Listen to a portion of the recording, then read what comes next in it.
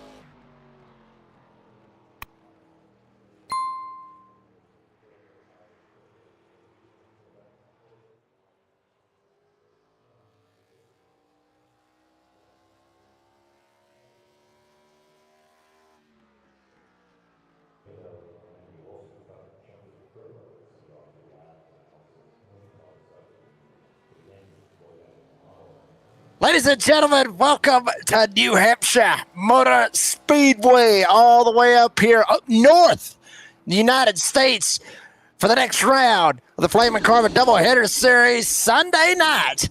Got the ARCA with the trucks to follow later on. Modified Capital, if you want to call it that. It's going to be good in here tonight. Short track racing on the Magic Mile. You'll see it all live here on Motormouth Broadcasting. Good evening, folks. Redneck Announcer Jake Reeves with Big Jim Cunningham alongside here tonight. Get ready to see a pretty good one here tonight, as always, with Flaming Karma, as they always do, Jim. This is short track racing, Magic Mile, a mile in length. Screw that 1.02. I mean, we're not rounding crap off. You want to round it, go down. 1 mile in length. That's why they call it the Magic Mile. It's a short track city right here. This is going to be a good one tonight, buddy. How are you? Good, man. Good to be here with you. Yeah, it's going to be a good one tonight for sure. Man, these guys are already finishing up qualifying. We need to tell them that they don't all need to go out in the first 10 seconds, and they could give us something to watch, for for the whole 5 minutes of qualifying. Yeah. But I'm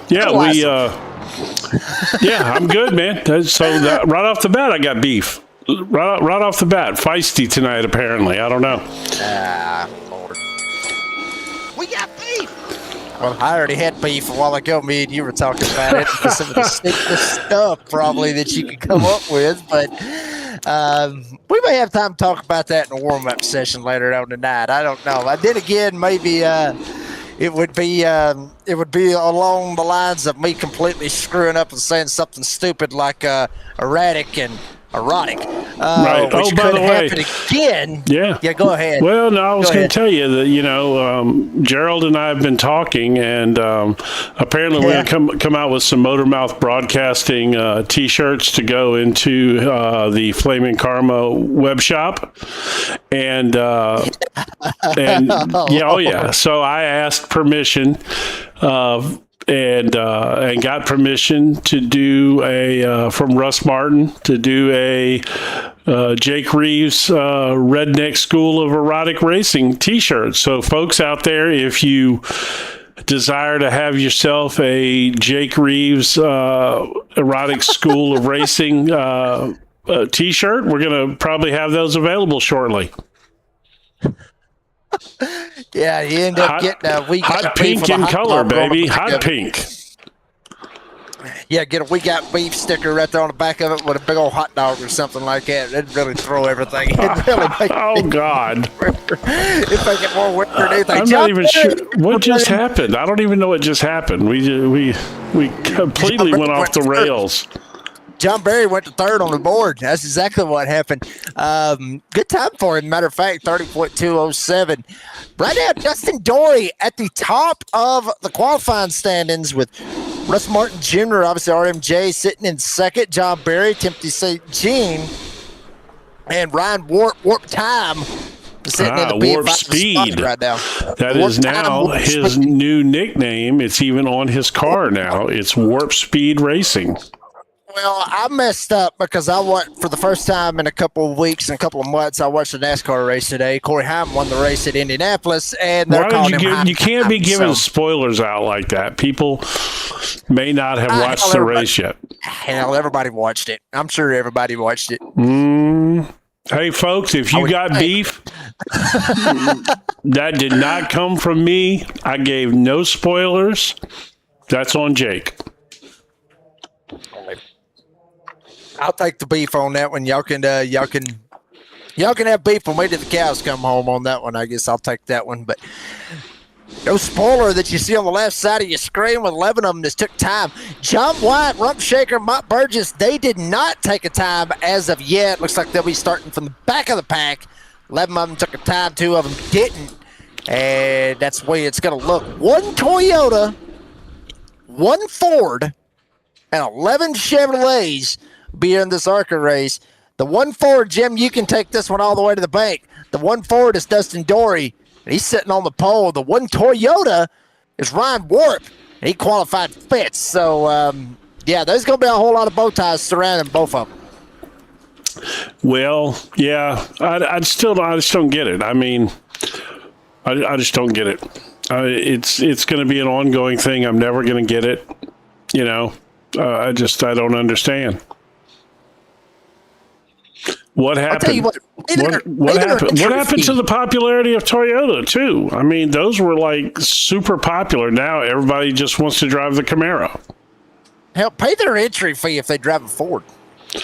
What? I don't even know if they've got entry fees. They don't. They don't. But trust me, I don't make enough to do that. Now, if y'all buy the hell out of them Motormouth Broadcasting T-shirts, by the way, it should across the back say Motormouth Broadcasting, where legends are built one corner at a time, or created. Look, I don't even know my own tagline. How bad is that?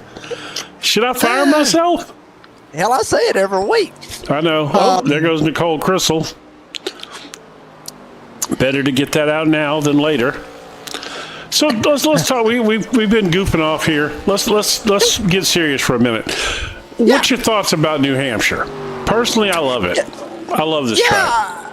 I mean, it's a pain in the tail. To be honest, I love driving this place. I hate it. Why? Because it's flat, Jim. I mean, love like that. We talked about, right at a little bit at 1 mile. I mean, that's what they call it, Magic Mile. That's the nickname it's always had. Straightaways, it's damn near flat, 1 degree.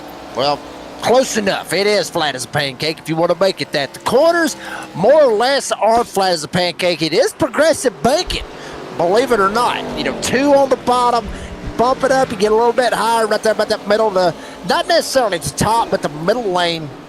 It will get up to about 7 degrees, but that's about as high as it gets here. But it is an interesting little track. I mean, there's been some beef that's happened here. There's been some chaos that's happened here. I will say this. Aside from Martinsville, the one place where you get a damn grandfather clock when you win, this place has got to be the best one to get a damn trophy. Because you get a lobster if you end up winning here. As far as the NASCAR Cup Series is, they get a straight-up lobster if they win a race here. So it is very interesting. I will say this. Watch off of turn number 2.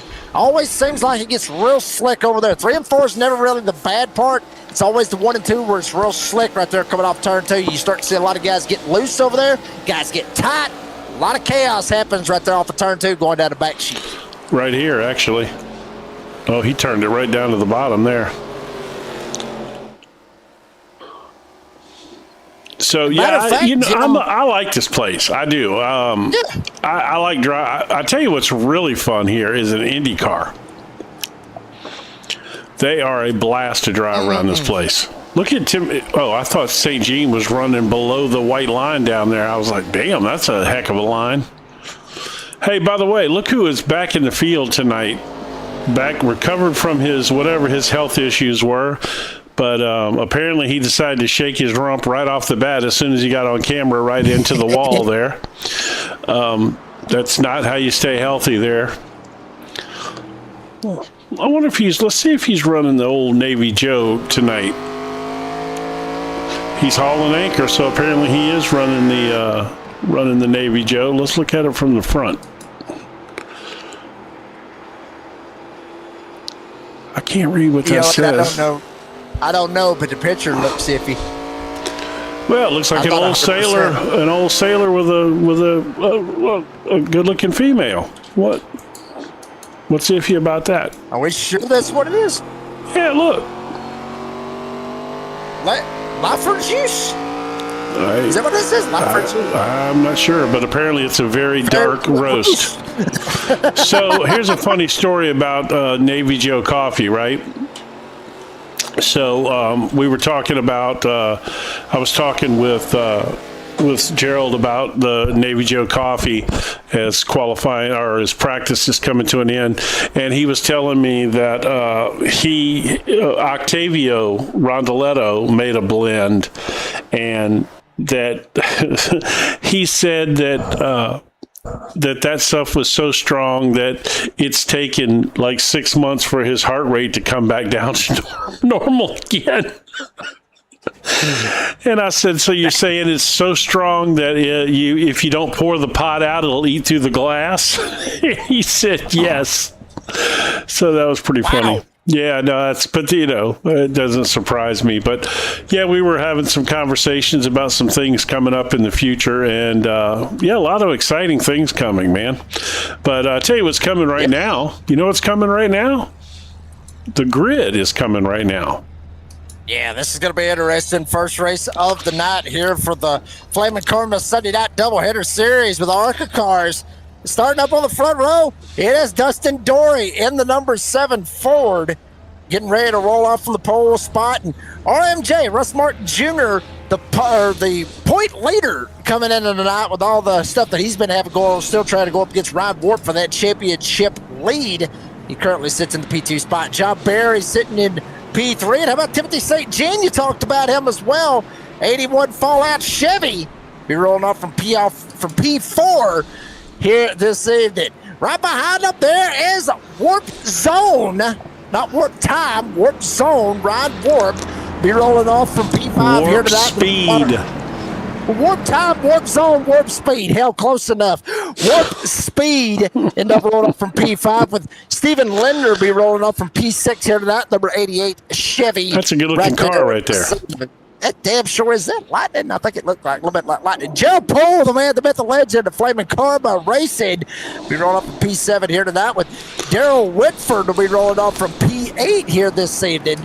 Then right behind them in row number 10, you'll find Nicole Crystal with Timothy Miller Sr. rolling off in P number 10. Right behind them, Terry James. This is a new name. Yeah, we better go through it. Mike Burgess be right there beside him. And then John White, the Rump Shaker, back there in the caboose spot. Green flag in the air. ARCA race is on at New Hampshire. Jim, what do you say we crank it up right here? Let's fire it up.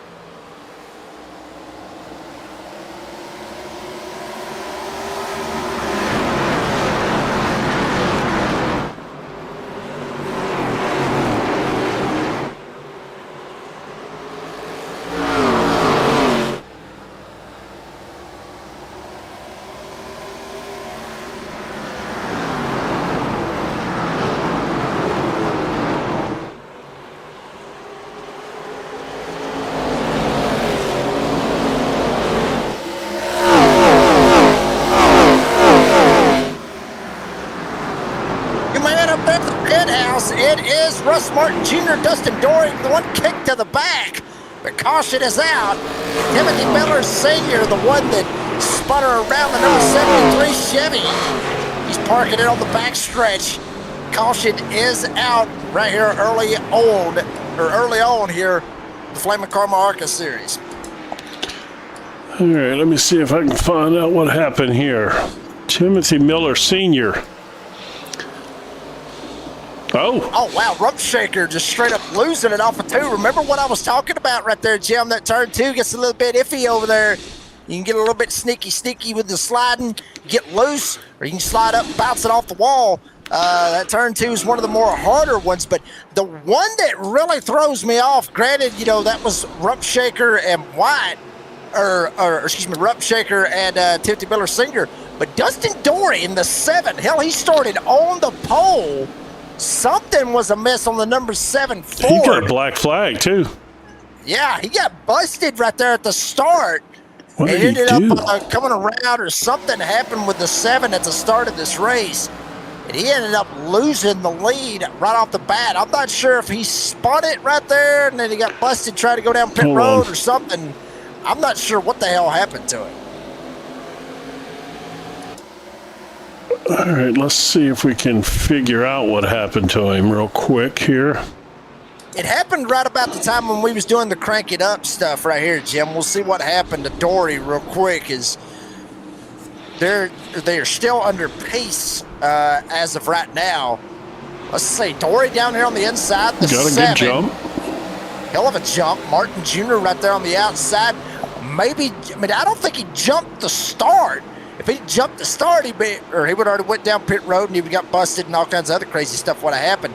I'm just curious what happened to the 7 right here at the start of all this. I think it happened right here on this coming lap, Jim. I think it was going into 1, or I believe that's what it was. It was going into 1, ran in 1 and 2 was when all hell broke loose. But he literally went from about 2nd all the way to damn near dead last. Something happened right here with the 7. I just watched it.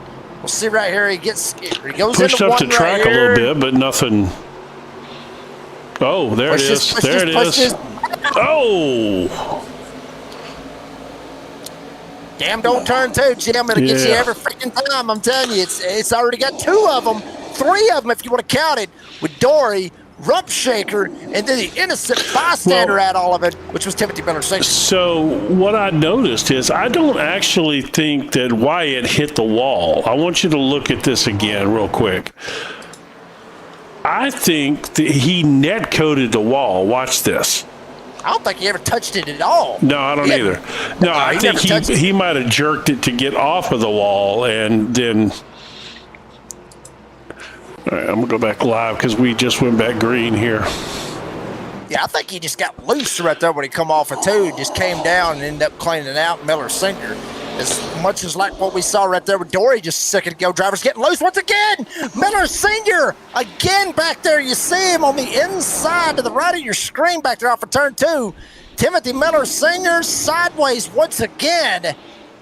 Damn, don't turn 2, baby. She is just absolutely beating them half to death here with the ARCA Series. And you got to think for a second, Jim, with the Truck Series to follow later on this evening after this 65-lap event with the ARCA cars, the Truck Series drivers seeing this, they got to be sitting there thinking, oh, hell, we're next. Gotta they're be. going to have to I get mean, over yeah, this gotta well. be. Yeah. Oh. I caught that out of the corner of my eye. I was looking over at the timing and scoring, and I looked back, and something looked amiss there. But with Poole, I'm not sure what it was, though. Well, right now, Gerald Poole looking pretty good down to the inside. Saving Lendner right behind Warp Speed of Ryan Warp right there sitting in the P4 spot. Just about everybody in the field is up positions, all right? You know, your biggest mover right now is Mike Burgess. He is 5 spots from where he started at, which is dead last almost, damn near dead last. He started in the 12th spot. He's all the way up to 7th. Russ Martin Jr., he's up a spot. Timothy St. Jean up 2 spots. Mike Warp Speed up 1. Everybody pretty much up 1 spot. The only person that's really good, John Barry, hold on to it. Almost lost it right there off of, once again, treacherous turn 2 that we've seen numerous times here tonight in New Hampshire. You know, you think treacherous turn 4, you got treacherous turn 2. Much like Darlington is, if you want to call it the aspects, just how crazy it is trying to get off that damn turn, Jim. Okay, so speaking of treacherous turn 2, right? Have you heard the news? There is going to be a new Days of Thunder 2. Yes. Confirmed. And I heard Tom Cruise is coming back. Oh yeah, 100% confirmed. He's co-producing it with Jerry Bruckheimer, so there will be another Days of Thunder, and it's also confirmed there will be another Top Gun as well. You knew they weren't going to let that cash cow die after as popular as the second one was, but yeah, Days of Thunder. They've already got the script in hand and everything, so. You know, to be honest, for everything that Days of Thunder did for stock car racing, I'm sure NASCAR is going to totally embrace this new one, so that's going to be pretty cool to see, I think. Yeah, that'll probably get more eyes on NASCAR's product to help them out as well. Well, they need it. You damn right they need it. Well, they need to put a better product out there, if I'm being honest. So that's the first problem, but that's another story for another day. That's NASCAR's product, but if they put a good product out for the movies, then it kind of helps them be able to see what's going on. Yeah, different story for a different day. It will be interesting to see if they put flying cars in the Days of Thunder too, though, with just how long that stretches went. That was a funny joke, Jim, that apparently nobody else got. Dory now sitting in the 9th spot right now. He's up down 8 spots, but he's able to get back into this. Sitting in the 9th spot. Burgess still holding on to the 7th spot. Front 5 drivers, all of them have gained spots out of all of this, Jim, here in the first 14 laps of the 65-lap event. So front 5, they are the ones that's on the move. You got a couple back there in the back that's on the move. A couple of us kind of lost it as well. But for the most part, it kind of looks like everybody is somewhat settled in here at New Hampshire, which this place does tend to have some long green flag runs. It very much always has. So I want to read something to you, okay? So I messaged Russ Martin about the T-shirt thing, right? And he said, absolutely, he thought that would be hilarious. He also put this, came back with another response after that and said, also, I don't think you'll have to look for me too much tonight. I can't find the speed some others have. Hoping it's a tire burner for them at that pace because I don't know where they're finding it. And that is coming from the guy who has led, pretty much every lap so far in this race. I'm starting to think that, Jim, I might be starting a wildfire right here. Maybe I shouldn't, but I believe that R&J is going to be one of these drivers that is going to be like a Carson Hocevar. Maybe not the drive like Carson Hocevar is, but have, obviously he's out here kicking everybody's ass and everything. That's understandable, but the mentality of not caring. That's kind of where I was going with it. I think he does absolutely care.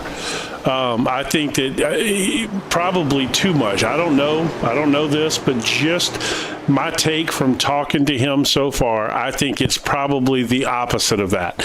I think that he is probably the kind of guy who worries too much and can get in his own head at some point in time. And the reason I say that is just little things I've heard along the way. But like that message that he sent me, he really thought that he was going to be off the pace tonight. And if you remember, he kept saying about how bad he was at D-shaped ovals last week at Atlanta, and he didn't go down for tires because he was happy to take the second place finish and protect his points lead and all that. That to me is not a guy who doesn't care. A guy who doesn't care would have pitted for tires there and tried to win that race. Points be damned, And I think he's arrogance. I meant cocky and arrogance to a certain extent. That's kind of where I was thinking. Yeah, no, I think he's the opposite. I think that he is. I think he probably, to some degree, doubts himself at times, and he's faster than he gives himself credit for. You know? Okay. Well, I can see that. I can see that. Yeah, I mean, that's just my take on him so far. I think he maybe even doesn't realize how good of a driver he is. You know, I mean, he's fast, man. I mean, he really is. I would love to see him run in some other type of car too. You know, just to like see. The trucks here later on tonight. Yeah, but he can't do that, obviously. You know, until next season. Well, I mean, they might be able to kind of let that, kind of happen. That's what I've always noticed, Jim, as we're starting to see a little bit of battling going on right here. Obviously, there was Terry James in the 49 working his way through the field. Obviously, Timothy St. Jean there. Dustin Dory right there in front of him as well. But I get it. I get it. Like if you got like a Russ Martin Jr. or a Ryan Forbes, something in that nature to come out here. I ain't saying... Well, they're kicking everybody's ass out here on the racetrack. Okay, well, let's just, let them run the ARCA and then the rest of the trucks let them run. No, that's not what I'm saying. Give them, if they're doing this good and showing this level of skill and talent, give them 5 starts in the trucks. Him and Ryan Ward. Give them 5 starts over there and see how they stack up against, some of these big dogs that we've been seeing in the Truck Series. Give him a couple of shots, with some other, the Olazias and others. Wyatt's in a trying to go for points and everything. Is Wyatt coming down pit road? Yeah, he's not that early. I thought he was a bit early. I mean, he is a couple laps early from what let's take a look here real quick. Yeah, I mean, they still got a little bit of run left in them. I think they probably, 26, 28 laps, something like that on a tank of fuel. But then we had a couple of caution laps, so. Yeah, I mean, maybe that's kind of what they were aiming for out of that. But it's like I said, Jim, I mean, give I don't dislike that idea. A little bit of a shot, you know what I mean? Yeah, no, I don't dislike that idea. Gives those guys the opportunity to get up here and race with, Vic Brown, who's been kicking tail over there in the trucks, rolling up there, and there that point battle. Even though that point battle is as tight as it is over there with the trucks and how the drivers has been racing and everything, I still wouldn't mind seeing drivers like Russ Martin and Ryan Warp go over there, give them 5 starts, see what happens. If they blow it in all 5 starts, hey, better luck next year. We'll see. We'll see what happens when you get in there next season, but. Richie Joplin and others over there, Harley Barletta, race up against those guys. Mark Dantoma, race up against those guys, the trucks. Let's see what they got over at what Flamin' Karma's Best has to offer. I guess, I don't dislike that idea, but I also wouldn't want to see somebody from this series jump over there and say accidentally mess up somebody's championship, obviously not intentional, but so I don't know, I don't know. But I would like to be fair. I mean, with the car counts the way they've been early this season, as we're kind of laying the groundwork for this thing moving forward, I really wouldn't mind seeing the guys being able to run both series. It really wouldn't bother me. Yeah, I mean, run both series, but claim one. You know what I mean? Claim one, or something like that. Give the opportunity for other drivers to have shots. I would say allowing the guys to race up is okay, but I would not say maybe let the truck guys race down. Like if you got a 2,500 I rating, I don't think you should be running down here. No. But if you have a 1,500 I rating or 1,200 I rating, but you've demonstrated you've got car control down here. Well, speaking of car control, then maybe. So okay, I was going to say Dustin Dory, but he hasn't really pitted yet. Technically, he is our leader, but he pitted on lap 4 when he had that incident. So. Once everything adjusts back out, Russ Martin Jr. is going to be back in the lead again. But not by much, though, Jim. I mean, John Berry right there on his back door. So really Berry may have a shot right here. Darrell Whitford right there with him as well. what happened to Ryan Warp? He didn't fall back that much. I mean, No, he's but back a there little bit. actually right behind Barry now. Well, Barry had a really super short pit stop. I guess he only took 2 tires. Yeah, I was kind of looking to see kind of if we missed something right there or something. Well, here, let's but look. Yeah, he did. Yeah, he took 2 tires, Jim. Yep, sure did. Check it out. He took 2 tires. Whitford only took fuel. Terry James took 2 tires as well. Is now Dustin Dory is coming down pit road now. Yeah, well, we knew that A was couple others coming. taking fuel as well. But yeah, Barry just said, screw it. Let's take 2 tires. Let's see what happens. I mean, And I'll be damned if he ain't right there on his tail. I mean, this running is the kind of faster, track. This is the kind of track you can get away with 2 tires. You know, it's not extremely abrasive. And the right sides here just, are going to take the majority of the abuse because of how flat it is. So Yeah, but I mean, it also depends on how hard you're driving it in the corner. Well, of If you course, lock yeah. the brakes up as well, because if you end up locking the brakes up, you can still or you can still slide the left front.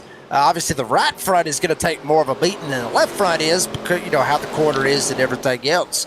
But I mean, the left side will take a little bit of a beating, especially if you go out there and you slide them every damn corner. So you got to be careful with how you're driving going into the corner and be careful with what you're doing. You see Ryan Warp right here. He's led 1 lap here tonight, so he gets him a little bit of a bonus point, gets him some bonus points to help himself out right here. But Gerald Poe has actually went around him, got up in the top 5, not anymore. Warp speed trying to make it happen. Ryan Warp tried to get down here and try to get around Gerald Poole. Poole not wanting to give it up on the outside lane. Well, if Poole sucks tonight, he can blame me because we talked way too much, and he pretty much had to shove me out of the race control booth so he could go practice. so he can blame me for that. Well, damn. He's got hurt a little bit. Dustin Dory, you see him right there working his way around. Getting back around the rump shaker.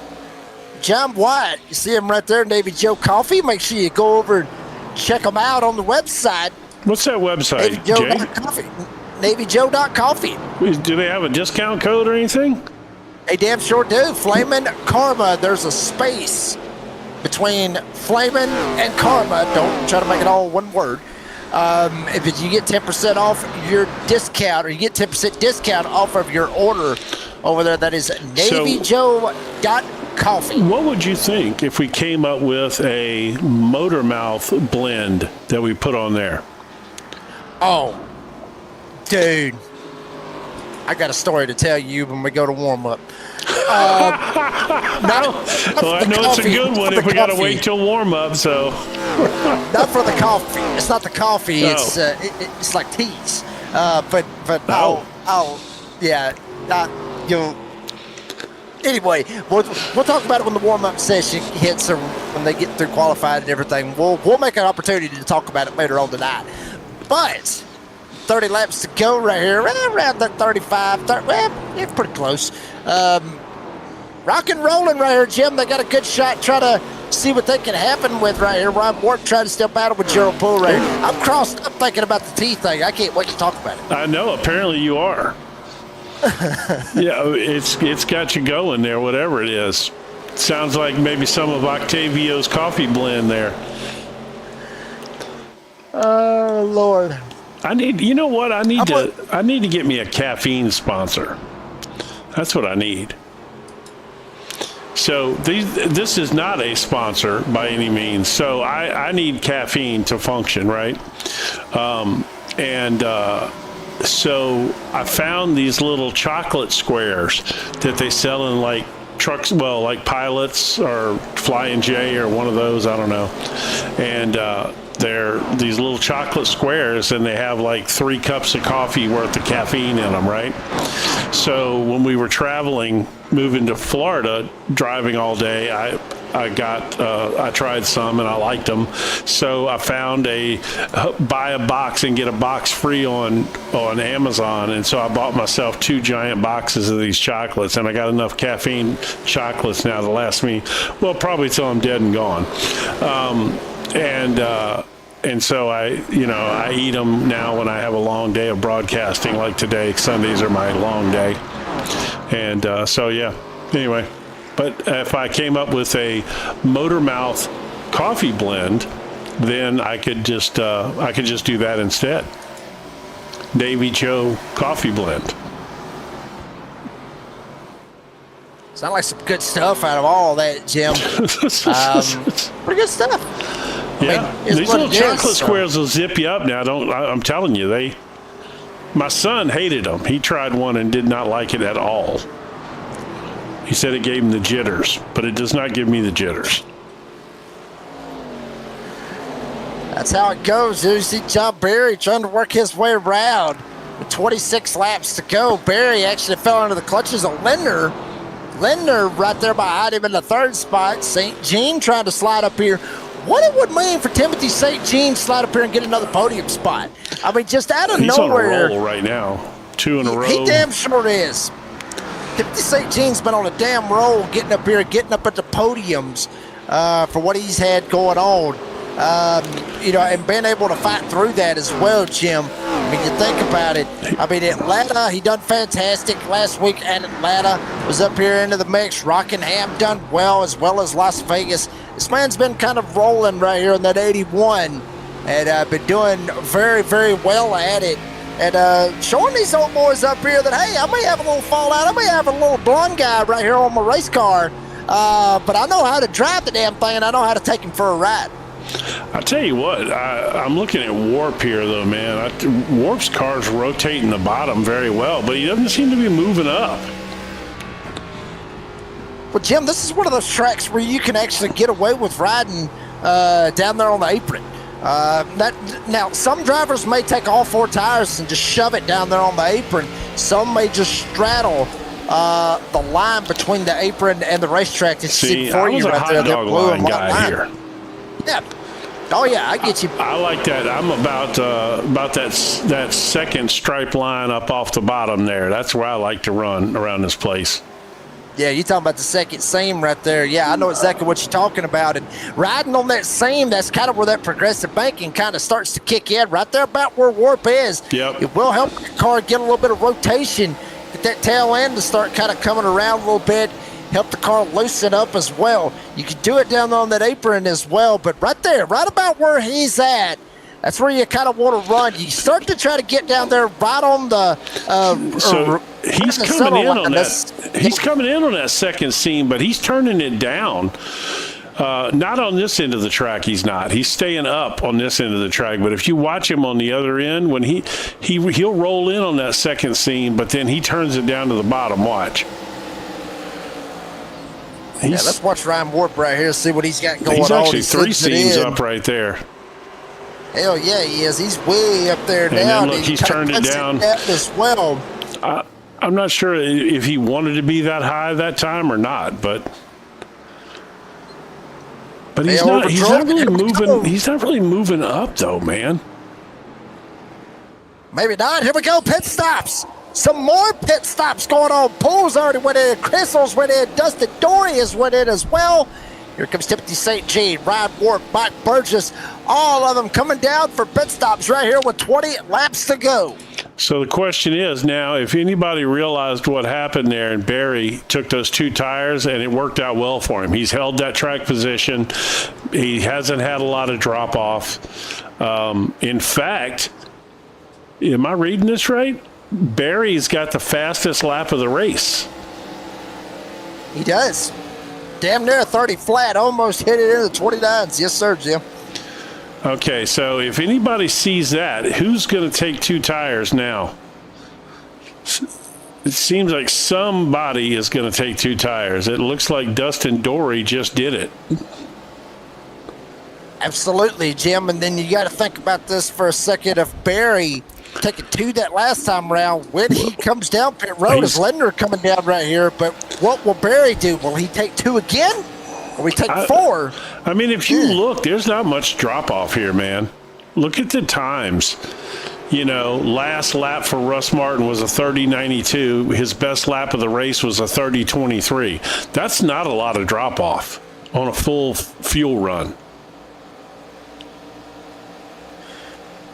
I'm wondering if Barry's gonna. My guess is he's gonna take 4 this time. I would think. Be hard to just start stacking 2 on 2 like that, but maybe not. But this thing is going way green longer than I thought it would. I'd have never thought here we'd went this long of a green flag run, but we sure are. You damn sure are. RMJ coming down pit road. Lendner already made his stop with Timothy St. Jean as well. Ryan Warp. They're going to come on around. Will they be able to catch them? Maybe, maybe not. It'll depend on what Russ Lender Martin took 2 Jr. tires. decides to do. As Oh, Lender, no, as you Lender took mentioned. fuel only. Oh, hell. Well, that's going to make it interesting. Is he's able to get on by Barry. Martin took fuel only. The B2 spot. Wow, took fuel only on that one as well. Barry took 4. St. Jean took 4. Wart took 4 as well. Everybody kind of flip-flopped all around. The only driver that changed it up, I guess you could say, as far as fuel and others, Terry James, he took fuel.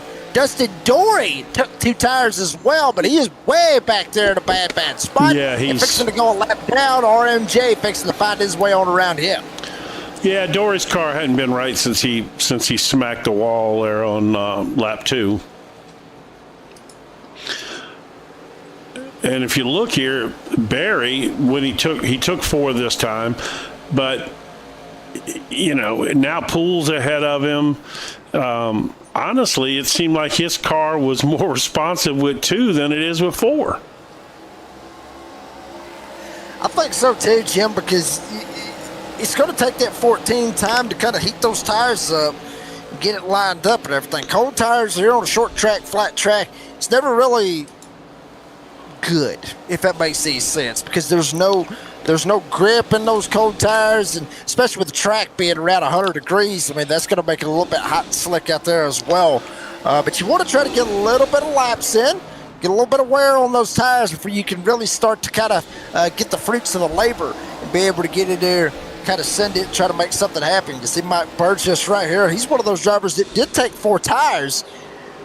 And the thing about it is, he's kind of sitting right there in the fifth spot, but look at this graph. I mean, I want you to look at this graph. Up, like he went up and then he fell through the cellar, fell through the cellar. Yeah, he would have fell through the cellar if he was in the damn attic, but fell through the cellar, bounced up a little bit, went up a stair, then he went up as well, finally got leveled back out with the floor, and then went up, and then bam, went right back down to the damn floor. I mean, he is literally bounced around all over the place.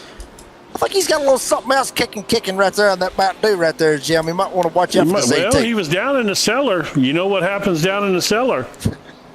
Yeah, he had a little too much in a short span of time. He was hitting shots, Jim. He might have put some of Granny's stuff in that Mountain Dew. Damn right he did. He took him a couple of shots, maybe a little bit of too much. That's why he ended up going up to the floor, fell a couple of times. Now he's starting to kind of get on up there to the attic, but he ain't all the way up in the attic yet.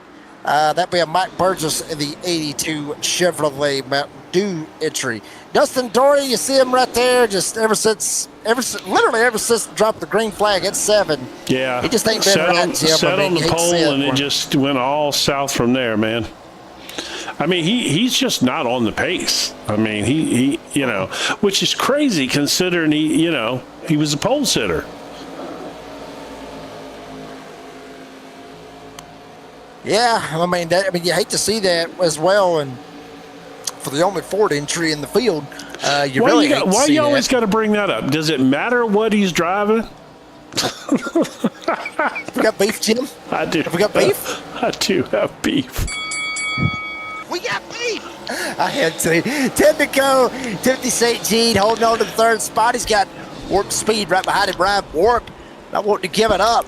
Stephen Lender up here. He is sitting in 2nd. He's a 2nd behind Russ Martin Jr. Warp trying to find a way around him. St. Jean got really loose right there, man. You got to give St. Jean a lot of credit, though, Jim. I mean, holding off one of the top dogs. St. Jean showing that, you know what? He is one of the top dogs. That's right. Over here with the Flipping Car ARCA Series. Do not cut out this 81 all the way into September, Jim. He's going to be one we're going to have to watch out for. Absolutely. Speaking of top dog, he's got the dog on his car somewhere, don't he? Oh, hell, caution is out. Uh-oh. Speaking of which, yes, I'm sure he does have dog meat on the car. He's got the little Vault-Tec boy on there. Caution is out on the Speedway. What happened? Please, God, don't let it be Gerald Poole. If it is, Gerald. you're going to catch some hell. And yes, it is. Gerald Poole in the 9 goes around. Parks it right there on the bottom of turn number 2. And that's going to throw this race literally over on its sled. We're going to have a restart with about 5 to go. Yeah.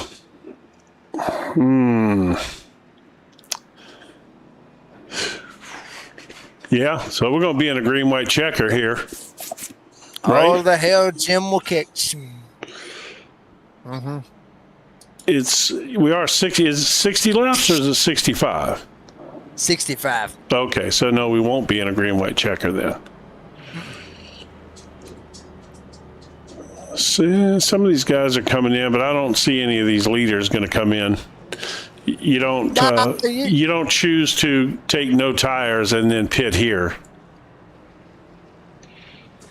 I mean, I don't think any of these guys up here, even if it was 4 or whatever, I don't think. I mean, this track position is going to be the key field, the key deal with this right here, Jim. You don't want to lose track position and screw yourself on that. Like now, next week, you could probably try that at Michigan and try to make something happen when you go to Michigan next week. You might come in and be about middleway pack or whatever, jump in there, get you some tires. Maybe a little bit extra gas and have a shot at it. As you see our schedule already halfway down. That's crazy, isn't it? I can't believe we're halfway through this season. Yeah, I mean, it's been crazy here with the ARCA Challenger Series already down. I mean, obviously we got Michigan, Watkins Glen, Bristol, Talladega, I am so Darlington. excited for Watkins Glen. That will be an interesting one right there on August 9th. I cannot wait. That's just a few days, well, a little more than a few days, but my birthday is coming up in August. Jim, funny thing about that, August the 9th, that will be the day that I pay my truck off. Really? Yes, it will be. Yeah, that's all right. Your wife took care of that for you. She got you a new car note. Yeah, no kidding. Actually, I get paid early that week. I actually get paid early on the 7th, and 6 years to the day is when I bought the truck, which is weird. It was August 7th, 2020 was when I bought that truck, and I'll pay it off August 7th, 2026, which is crazy. You wouldn't even think that, but I thought about waiting until 2 o'clock because I think that was about the time I actually bought it. But anyway, beside the fact on that, 5 laps to go. Russ Martin Jr., Stephen Lender, Timothy St. Jean up here in the top 3 spots. Big jump. Jeez. Big jump. RMJ to the front. St. Jean going to take an advantage down the inside lane, try to get around Lender for second. Ward trying to slide up here, maybe get a third out of it. Burgess up here as well. Burgess, the biggest mover in the field, up 7 spots as well. Coming around this time with 4 to go. RMJ leading it. Yeah, St. Jean's sitting. Well, I'm not even going to say anything. I'm going to leave it alone. I don't try and jinx nothing here. This is, that's going to be Ryan Warp here trying to sneak up here for a podium. He's looking strong. Let's see. He is all over Lender here. And Burgess almost ended up losing it right there behind him. Jim Berry all over his back door. Coming around his time with 3 laps to go. Berry trying to get it back up here on the outside lane, try to make something happen. He will get around Burgess, or at least up to the door of Burgess. Warp now working down to the inside. He's trying to get up here and get a podium spot out of it around Lender. And St. Jean trying to get Russ Martin Jr. any way loose that he possibly can. Slide that number 91 around and maybe have a shot and try to win this damn thing. Man, look at him. Come on. I love Russ, don't get me wrong, especially after, that whole not Gerald Poole again. Damn, Jim, you're going to – oh, boy, Jim, you're going to be in a – yeah. Boy, you're in the doghouse now. You won't be speaking to him anymore for these races. No, he ain't going to let me in there. He's going to block me from coming up in there. Hey, that ain't my fault, man. Look. Well, if he would have got to concentrate in practice, he wouldn't have got loose off of 2 as many times as he's had. You don't think so? You think that's what it really was, know. huh? Oh, I don't really know. I'm not just be honest with you. Couldn't have I'm nothing not to do with sure, throttle control, could it? It might have had. He might have cracked the egg a couple of times. Might have scrambled it all over his floorboard. Right, I'm thinking he scrambled the egg myself. Yeah. I'll bail you out on this one. I'll tell you what, man. If Russ Martin ain't careful, though, here. Now, I have to say, though, he absolutely launched on that last restart, man. That was he got a hell of a jump there. Well, I can't wait to see what's going to happen here. I tell you what, man, this top 4 or 5, this is getting good. It damn sure is. I mean, Russ Martin Jr., obviously, I believe we're going to be, yes, we will be in overtime rules here with the ARCA Series. Why don't I go back to the live image before they go back green and I miss out here? There we go. Yeah, we'll be going with the ARCA Hey, can y'all come shut my door, please? Overtime rules, obviously. So, obviously they will take the green flag and then they will attempt to get back to the white. Hopefully they will.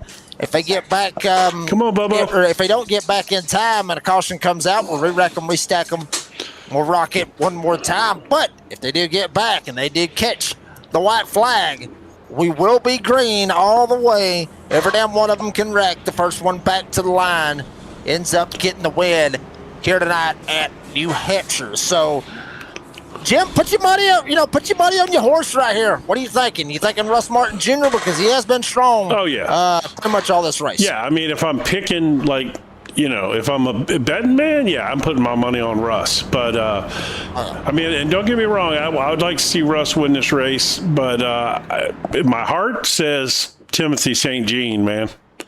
It's time. He's progressed. It's time for him to get a win, and Lord knows the man deserves it, given everything that's happened over the past month with him.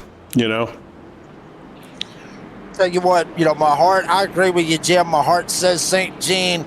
If I was a betting man for money wise, give me Russ Martin Jr. or if we have enough cautions, this thing ends under caution, give me the pace car. Green flag fixing to hit right here as they hit the Echo Park restart zone. Green Big flag jump. back in the hit. RMJ, fantastic jump out of the number 91 Chevy. Sends it down into turn number 1, 2 laps to go. Warp Speed trying to hold it on the outside. Lender trying to go for third. Will he be able to make it work? But St. Jean gets him a little bit of a run right here off of turn number 2.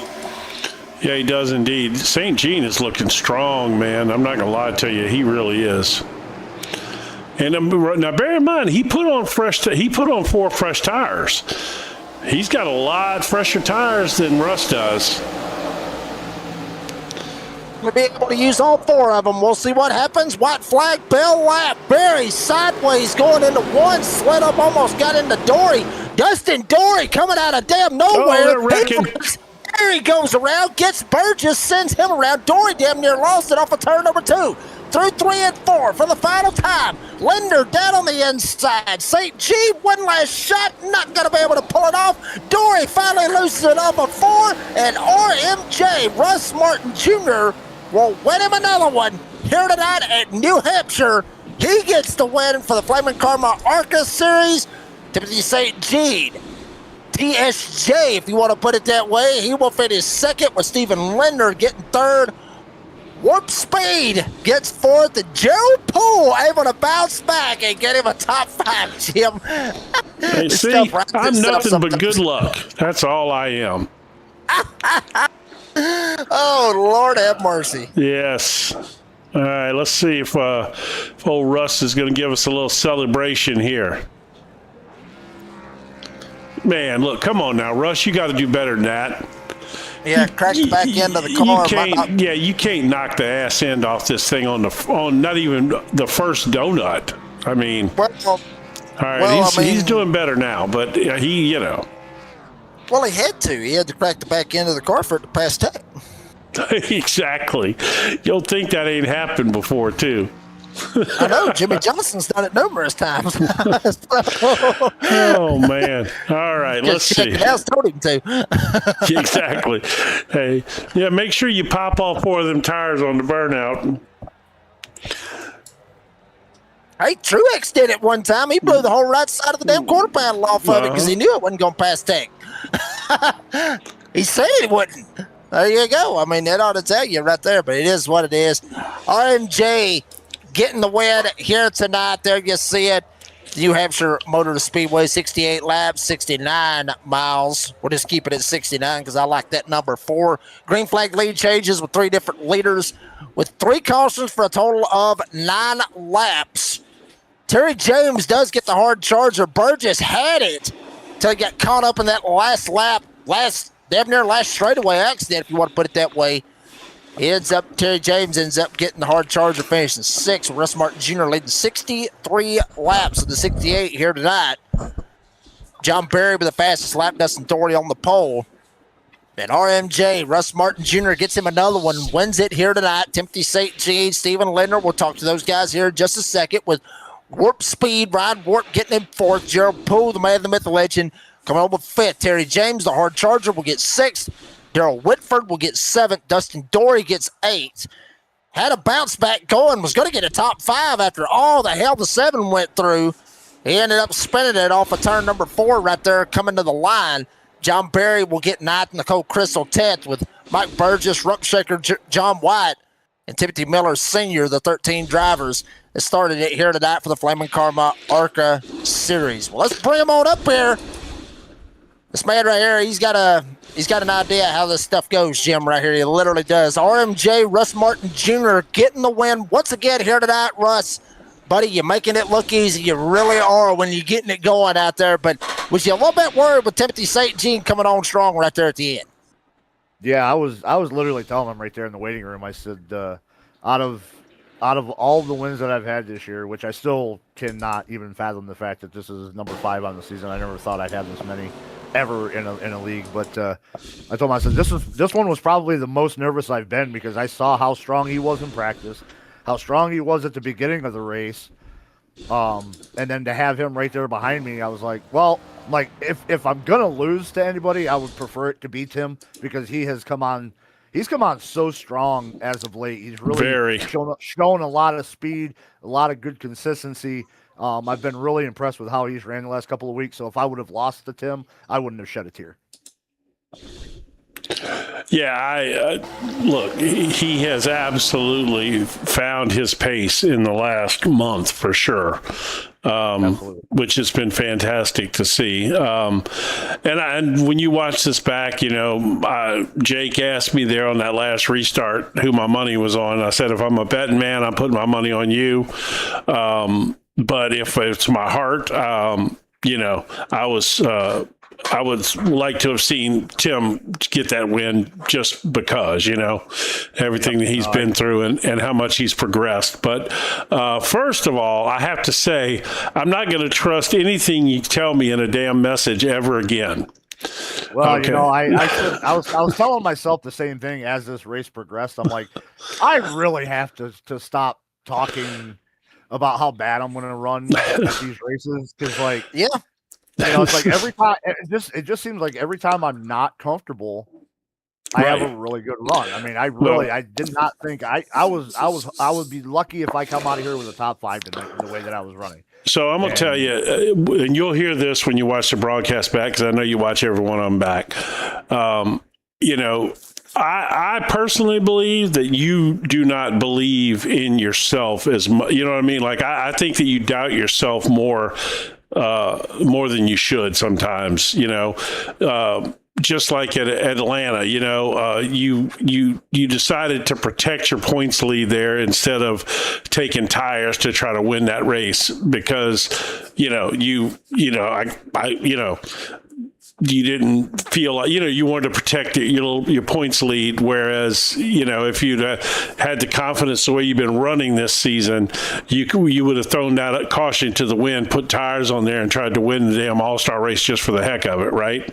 And tonight you didn't believe that you had the pace, but what maybe you didn't have the one lap pace that some of these guys had during practice or whatever, but when it came to race pace, clearly you were the class of the field tonight. I mean, you led practically every lap with the exception of, well, you did lead every lap, I think, with the exception of pit cycles.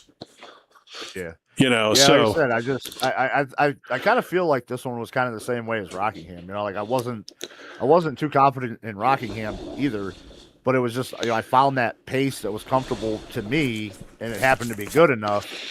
It was kind of the same thing here. Like I found a pace that I knew the car wasn't going to snap because it was, even as the track temp dropped, it still was snap loose on the bottom, right, on corner exit. So I was like, I found a pace that I knew it wasn't going to snap out from under me.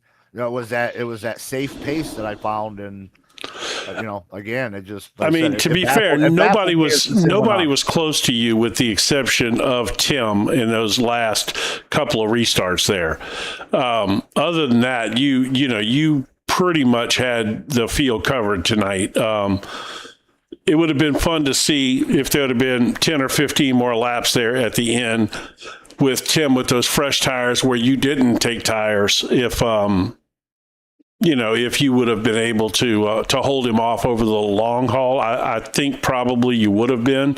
But either way, man, you were definitely feeling it so far this season.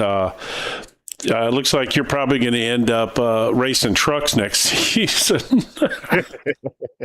Well, unfortunately, if that's the case, I'm not going to be able to run because that runs too late for this new job I've got coming up. So, but I mean, either way, this whole season has just been a lot of fun. The guys in here, they're great to race with. I enjoy coming in here each and every week. And so you going to work on Sunday nights, or you just got to get up super early? No, it'll be Sunday night because it'll be a third shift job after I get through my training. So okay. It'll be going in at like 10 o'clock at night. Oh yeah, okay. Well then, we'll have to keep you in ARCA then. We'll just start giving you a weight penalty. There you go. All right, man. So hey, congratulations. I think they can do that. Huh? I think they can do that. I think you can get a weight penalty or whatever. Well, we've been talking about that with another league that that for guys that dominate, like if you win, you should get like a 25-pound penalty, and until you don't win, and then you go back to zero again. That would be kind of fun. I think it'd be neat to kind of level out the playing field some. That would be fun. But look, man, congratulations! Another strong run tonight. Don't ever send me no more of that BS in the messages no more about how I'm not fast. I'm not going for any of that anymore. That was the last time I'm buying. That's the last time I'm buying that cup of tea. All right, I hear you. All right, RMJ, Russ Martin Jr. gets the win here tonight. Russ, you got any sponsors, any shout outs that you want to thank? Yeah, just as always, you guys up there in the booth for calling these races each and every week. My teammates back there at Elevated Performance, Gerald and all the guys here at FKRL that put this thing on, give us a platform to run on, all the sponsors for the league and for the series, and definitely Jake Reeves School of Erotic Racing. You forgot the redneck part. Oh, the redneck, yeah, Jake Reeves Redneck School of Erotic Racing. Hey, we'll take it either way, baby. That's a promotion for us. We will take it. RMJ, Russ Martin Jr. gets the win here tonight. We'll see him next week at Michigan, buddy. Congratulations on the win. Appreciate your time. We'll see you then. Thanks, guys. I appreciate it. That was Russ Martin Jr. Jake Reed, the Redneck Erotic School of Racing. No, you got it all messed up there. Close to damn enough. He's got it lined up one way or another. How about this guy right here? Been on a tear as of lately. Was on a tear. Had a shot right there to get it done. Just come up a little bit short. Timothy St. Jean coming on with a P2 here tonight. Timothy, buddy. Damn, I mean, what else did you need to get Russ Martin Jr. right there other than just driving the back of him and just turn him around? Well, I did think about giving him a little bump and run on that last white flag run. I mean, I was all over his bumper a few times hoping he'd make a mistake, but no, he's very consistent. So, hey, hats up to him. Yeah, man. I tell you what, We'd have enjoyed it if you'd have put the chrome horn on him there a little bit. We'd have liked that. So, this short track racing, man, it's okay. You can do that kind of stuff. But no, another fine run for you, man. If I'm correct, now you had 2 third places. This is your second place. Is that right? No, I had a second and a third. Oh, second and a third. Okay. So, all right. Well, so this is no big deal then. No, no, man. Look, you have really found your pace. We talked about that last week, and we talked about it the week before. And it's, right there, you were digging, man. You were all over him. You clearly were the second fastest car in this field at the end of that run there. And it showed, and it's just a matter of time. You're going to get yours, I have no doubt. Well, I'm hoping I will. I'm just going to keep slugging at it, and hopefully one will come along. But, don't be scared to use that bumper on a short track. No, I've been thinking hard about that. So Russ, be ready. Look, you ain't got to wreck him. Just move him up the track. It's okay. Exactly. Yeah, exactly. So, but yes, congratulations again, man. Another fine run from you, and you'll see when you watch the broadcast back. Jake and I both were kind of pulling for you there. Just it's your time's coming, no doubt about it. Yeah. Well, I ran out of tires really on the last of it because at that last green flag pit stop, so I was hoping that they were only 2 tires, so I was pushing it a little bit too hard. And I think I burned up my tires before the end of the race, so I really didn't have anything for Russ unless he made a mistake. Well, Timothy St. Jean, so close, was able to get him a P2 and a valiant effort. Timothy St. Jean, crawl out with a fallout, baby. Comes on with a P2. Timothy St. Jean, congratulations on the P2. You got any other sponsors in? Shout out you want to thank, buddy.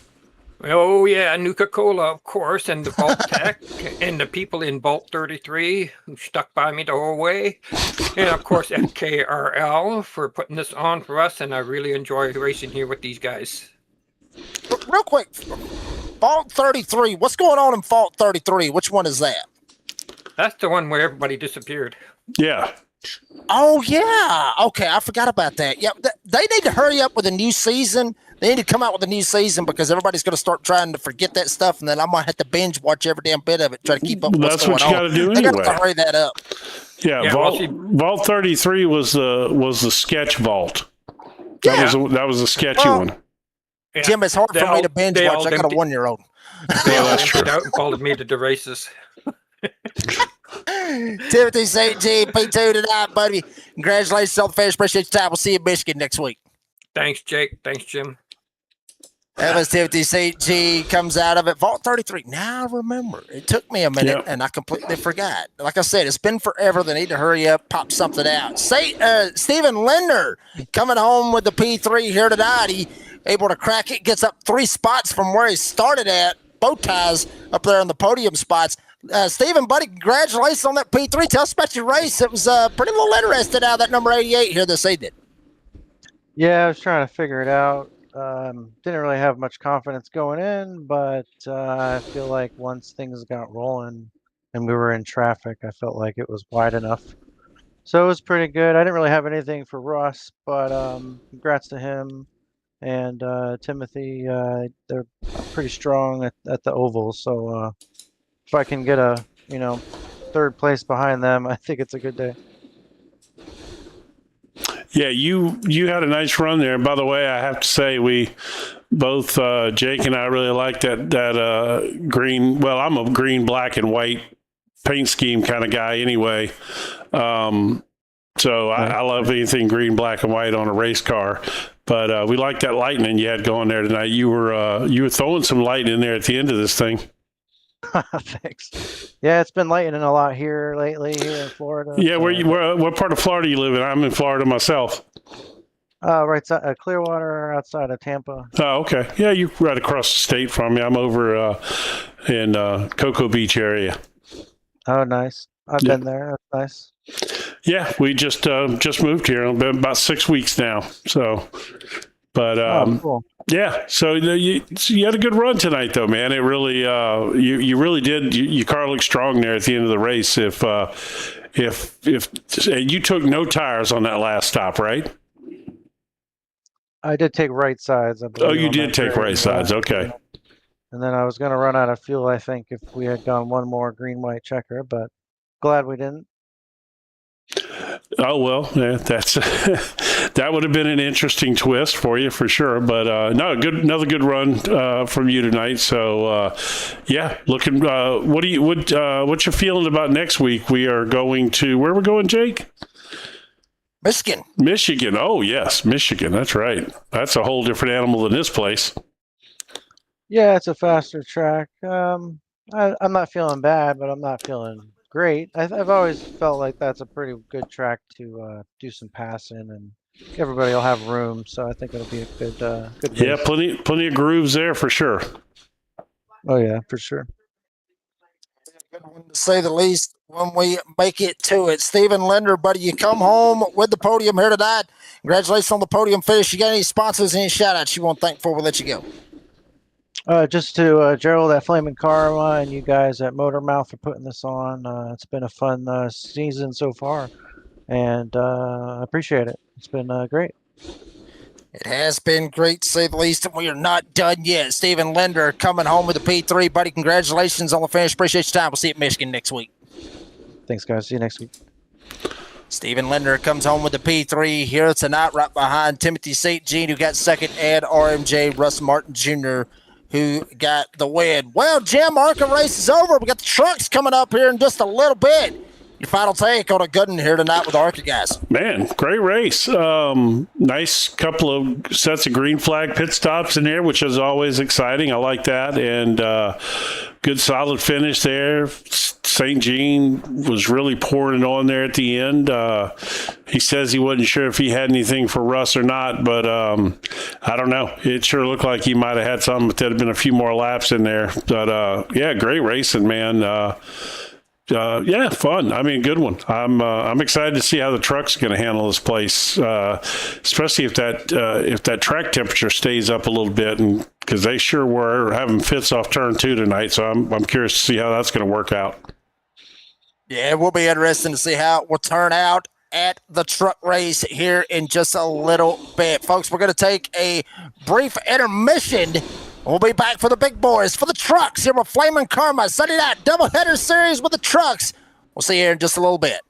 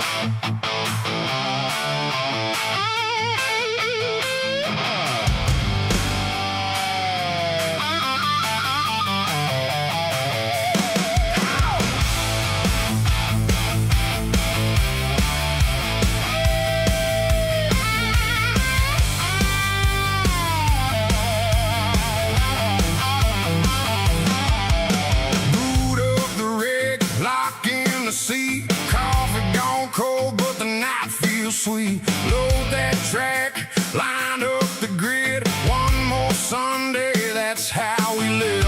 Arcade wheels and truck bed steel. Hands on the wheel, man, this thing feels real. Green flag drops, hear the crowd go loud. In a Simcase storm, I'm chasing the crowd. Why knuckle tight through turn 3? Don't blink, don't slide, just follow me. Flaming karma, burn it down. Flaming karma, Sunday night all around. Motor mouth brought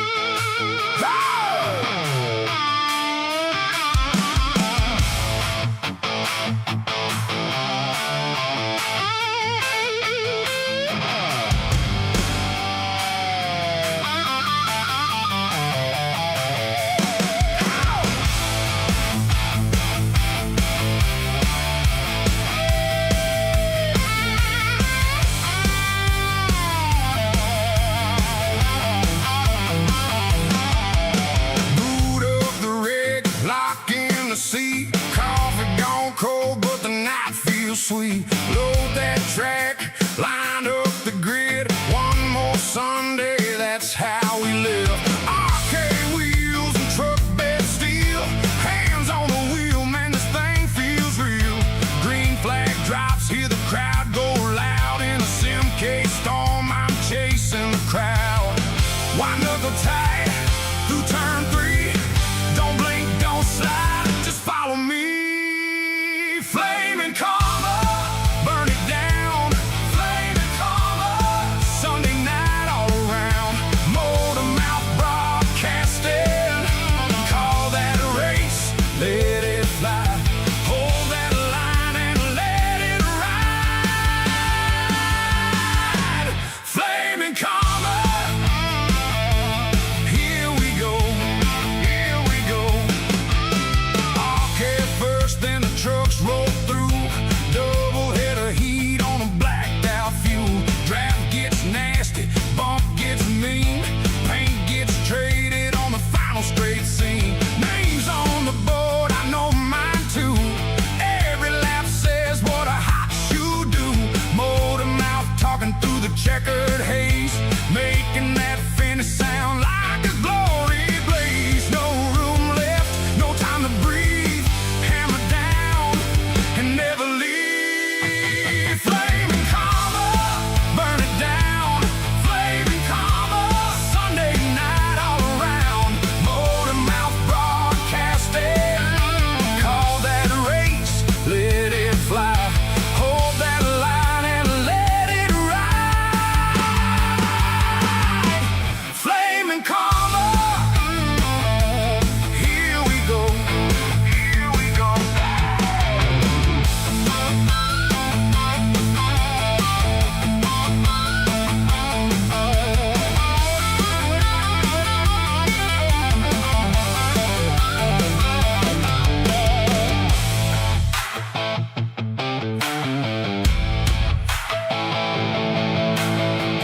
When the truck pack closes in, I dig deep and hold my grin. One more lap, one more fight. Keep that rhythm through the night. Flaming karma, burn it down. Flaming karma, Sunday night all around. Motor mouth broadcasting. Call that a race, let it fly. Hold that line and let it ride.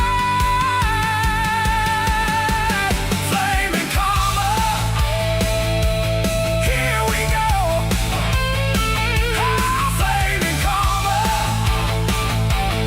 Here we go.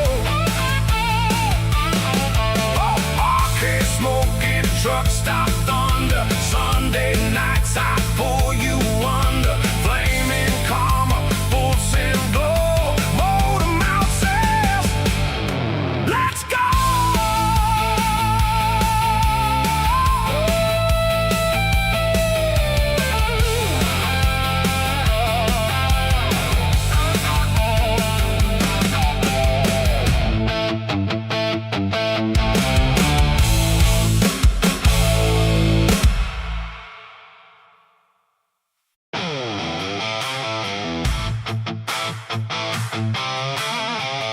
Ooh, yeah.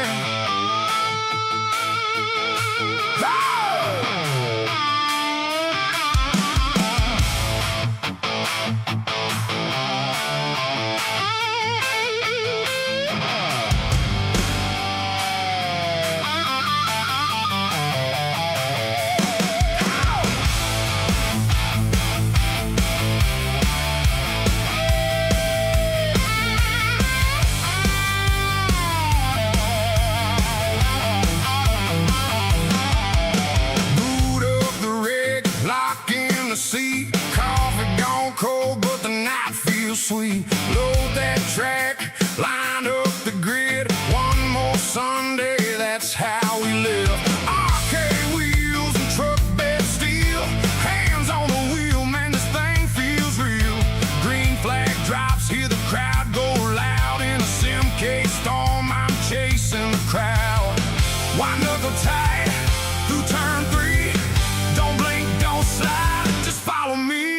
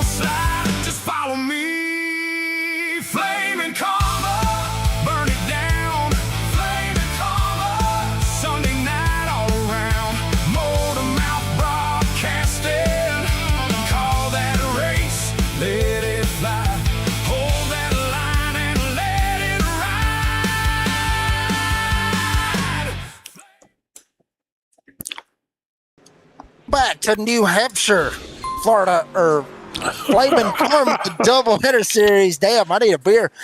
Flaming Karma Doubleheader Series is the trucks getting to take their turn at the Magic Mile here this evening. I already saw the ARCA Cars, seeing what they got going on live here on Motorbike Broadcasting. If you haven't yet, make sure you like and subscribe over Motorbike Broadcasting.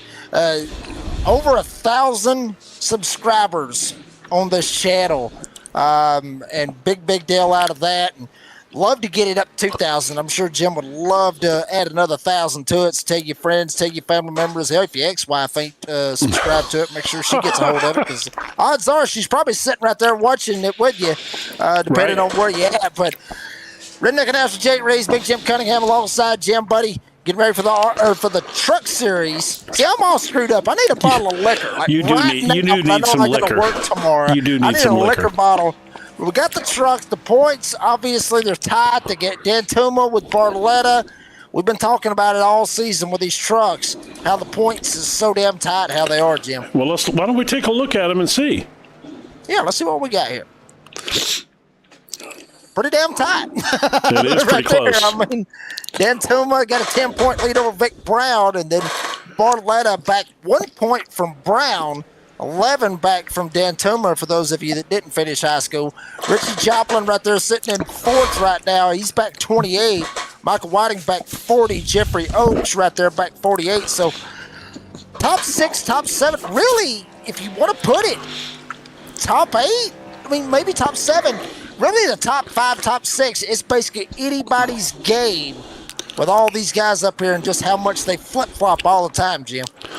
Yeah, I think, I mean, if we're being honest, well, I think Dantuma, I think some of those top 3 guys there are probably going to would have to miss a week or something to bring, some of those 6, 7, 8, back into the picture a little bit. But just because the guys that are up there are pretty consistent, so I think it would probably take missing a week or so, but then there's drop weeks as well. So, going to be tough, but certainly that top 4 is right there, and all those guys are fast, and it's going to be fun watching them go to the end of the season here for sure.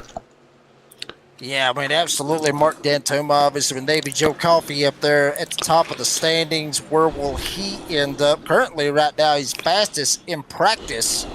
Practice times, nothing really changed to a certain extent from the ARCA Series, Jim. I mean, it is short track racing. It's not like we're going to Michigan, which is where we'll be at next week. Short track racing, the handling still about the same with these trucks on how they are. You can kind of get a little tight, get a little loose, especially we saw it over there off turn 2. Haven't saw a whole lot of that here in practice. We see Vic Brown right here. Obviously, he's still sporting the Ryan Newman colors on his number 2 Ram.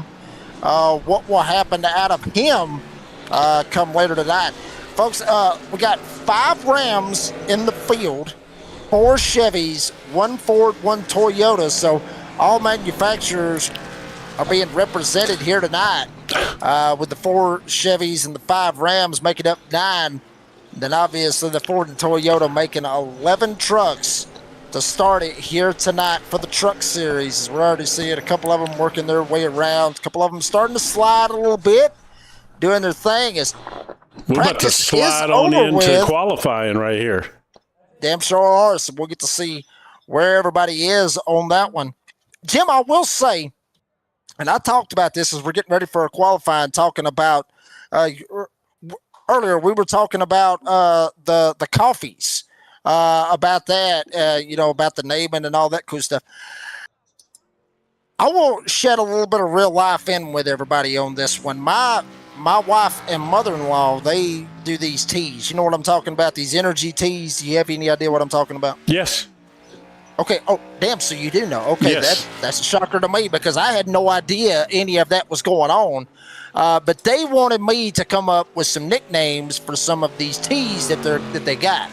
Now, one of them was a Jolly Rancher shot. It's good. Matter of fact, it's a little bit.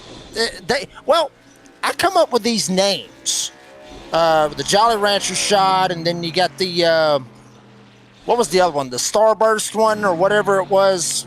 Hang on a minute. Candy Crush. My wife in the background helping me with it. One of them was the Candy Crush was the best one. The only problem I had with that is I come up with the names, and she was the one like, here, mix this, mix that, mix this, mix that. And I come up with ideas of put this in that, but then, Jim, here's the problem where we got beef. She started changing everything and started adding this and this and that and everything. I'm like, look, I come up with this. This was good. And now you're adding other stuff to it. And they got to add all that other stuff to it. But it was a funny thing because I come up with some nicknames of some teas, which I never thought I would do. And I don't know if I'm getting endorsements on that or anything like that for making the names on them. You're getting nothing, just so you know. I will get nothing and like it. And probably. like it, that's right. Yeah, absolutely. Big Brown at the top of the board. Oh, Lord. Absolutely nothing, and you will like it. Yes. It was endorsements all to her, I guess, on that one. But it was funny how we were talking about coming up. Ouch! Oh, damn! Kenny Rayner in the Ford 75. Hard spin right there coming off turn 4. Got loose off 4. Jim, we haven't saw a whole lot of them getting loose off of turn number 4. They've really been getting it off turn 2. That was one of them hide your kids, hide your wives, hide your ex-wives. Yeah, I had to throw that one in there real quick for you. Oh, yeah. Absolutely. Once again, if your ex-wife's sitting there watching this with you, make sure she like and subscribes to Motormouth Broadcast. Please. Yeah, we need to get to 2,000 subscribers. To be honest with you, I never really paid too much attention to it. And then a couple of you guys made a big deal out of when we were getting close to 1,000, you and Hamish and a couple other guys. And, so that was pretty cool. And, to get there in a short amount of time as this channel's been going is pretty cool, and I do appreciate each and every subscriber and viewer and all that stuff. And I'd like to see it continue to grow. We actually got some big news here on the channel as Mason Foster just laid it right there into that turn 2 wall for you. Oh no, that was actually, I believe that was on turn 4, wasn't it? Looked like 2. It might have been 2, actually. Well, I thought I saw the entrance to pit road, though, so I don't know. Maybe it could have been 4. Oh, no, maybe not. It was that's what I saw right there. So it was. What's the big news, Jim? So, we have picked up several new series that are going to be starting in the next iRacing season. Just finished deals with a couple new series that are going to be joining the channel, and so I'm not going to probably reveal who they are just yet, but thrilled to have them on board. And we also have recently picked up recently, like yesterday, a brand new channel sponsor. And it's a company by the name of Racing Images. And I believe that I talked to you about this privately. There you go. You see their logo right there on the screen, Racing Images. They do digital downloads. They're going to have an Etsy store and digital downloads of some really cool looking art prints. Kind of abstract paint type stuff. I showed you a couple of them, I believe a week or so ago. You remember? Yes, sir. And they're coming on board, and we have, and also I believe they're going to have a line of premium T-shirts as well. So we'll have more news to come on that. It's so early that their Etsy store it's up, but it's not public yet. They're still getting everything categorized and all of that. There's Taz on your truck for your kid. Of course, the kid's already in bed. Oh yeah. But so that's a brand new channel sponsor here, and we're super excited about that. And I don't have any of the images to show tonight, but as you can attest, some of them are pretty cool. I was a big fan of that Richard Petty one for some reason. I don't know why I liked that one so much, but I did.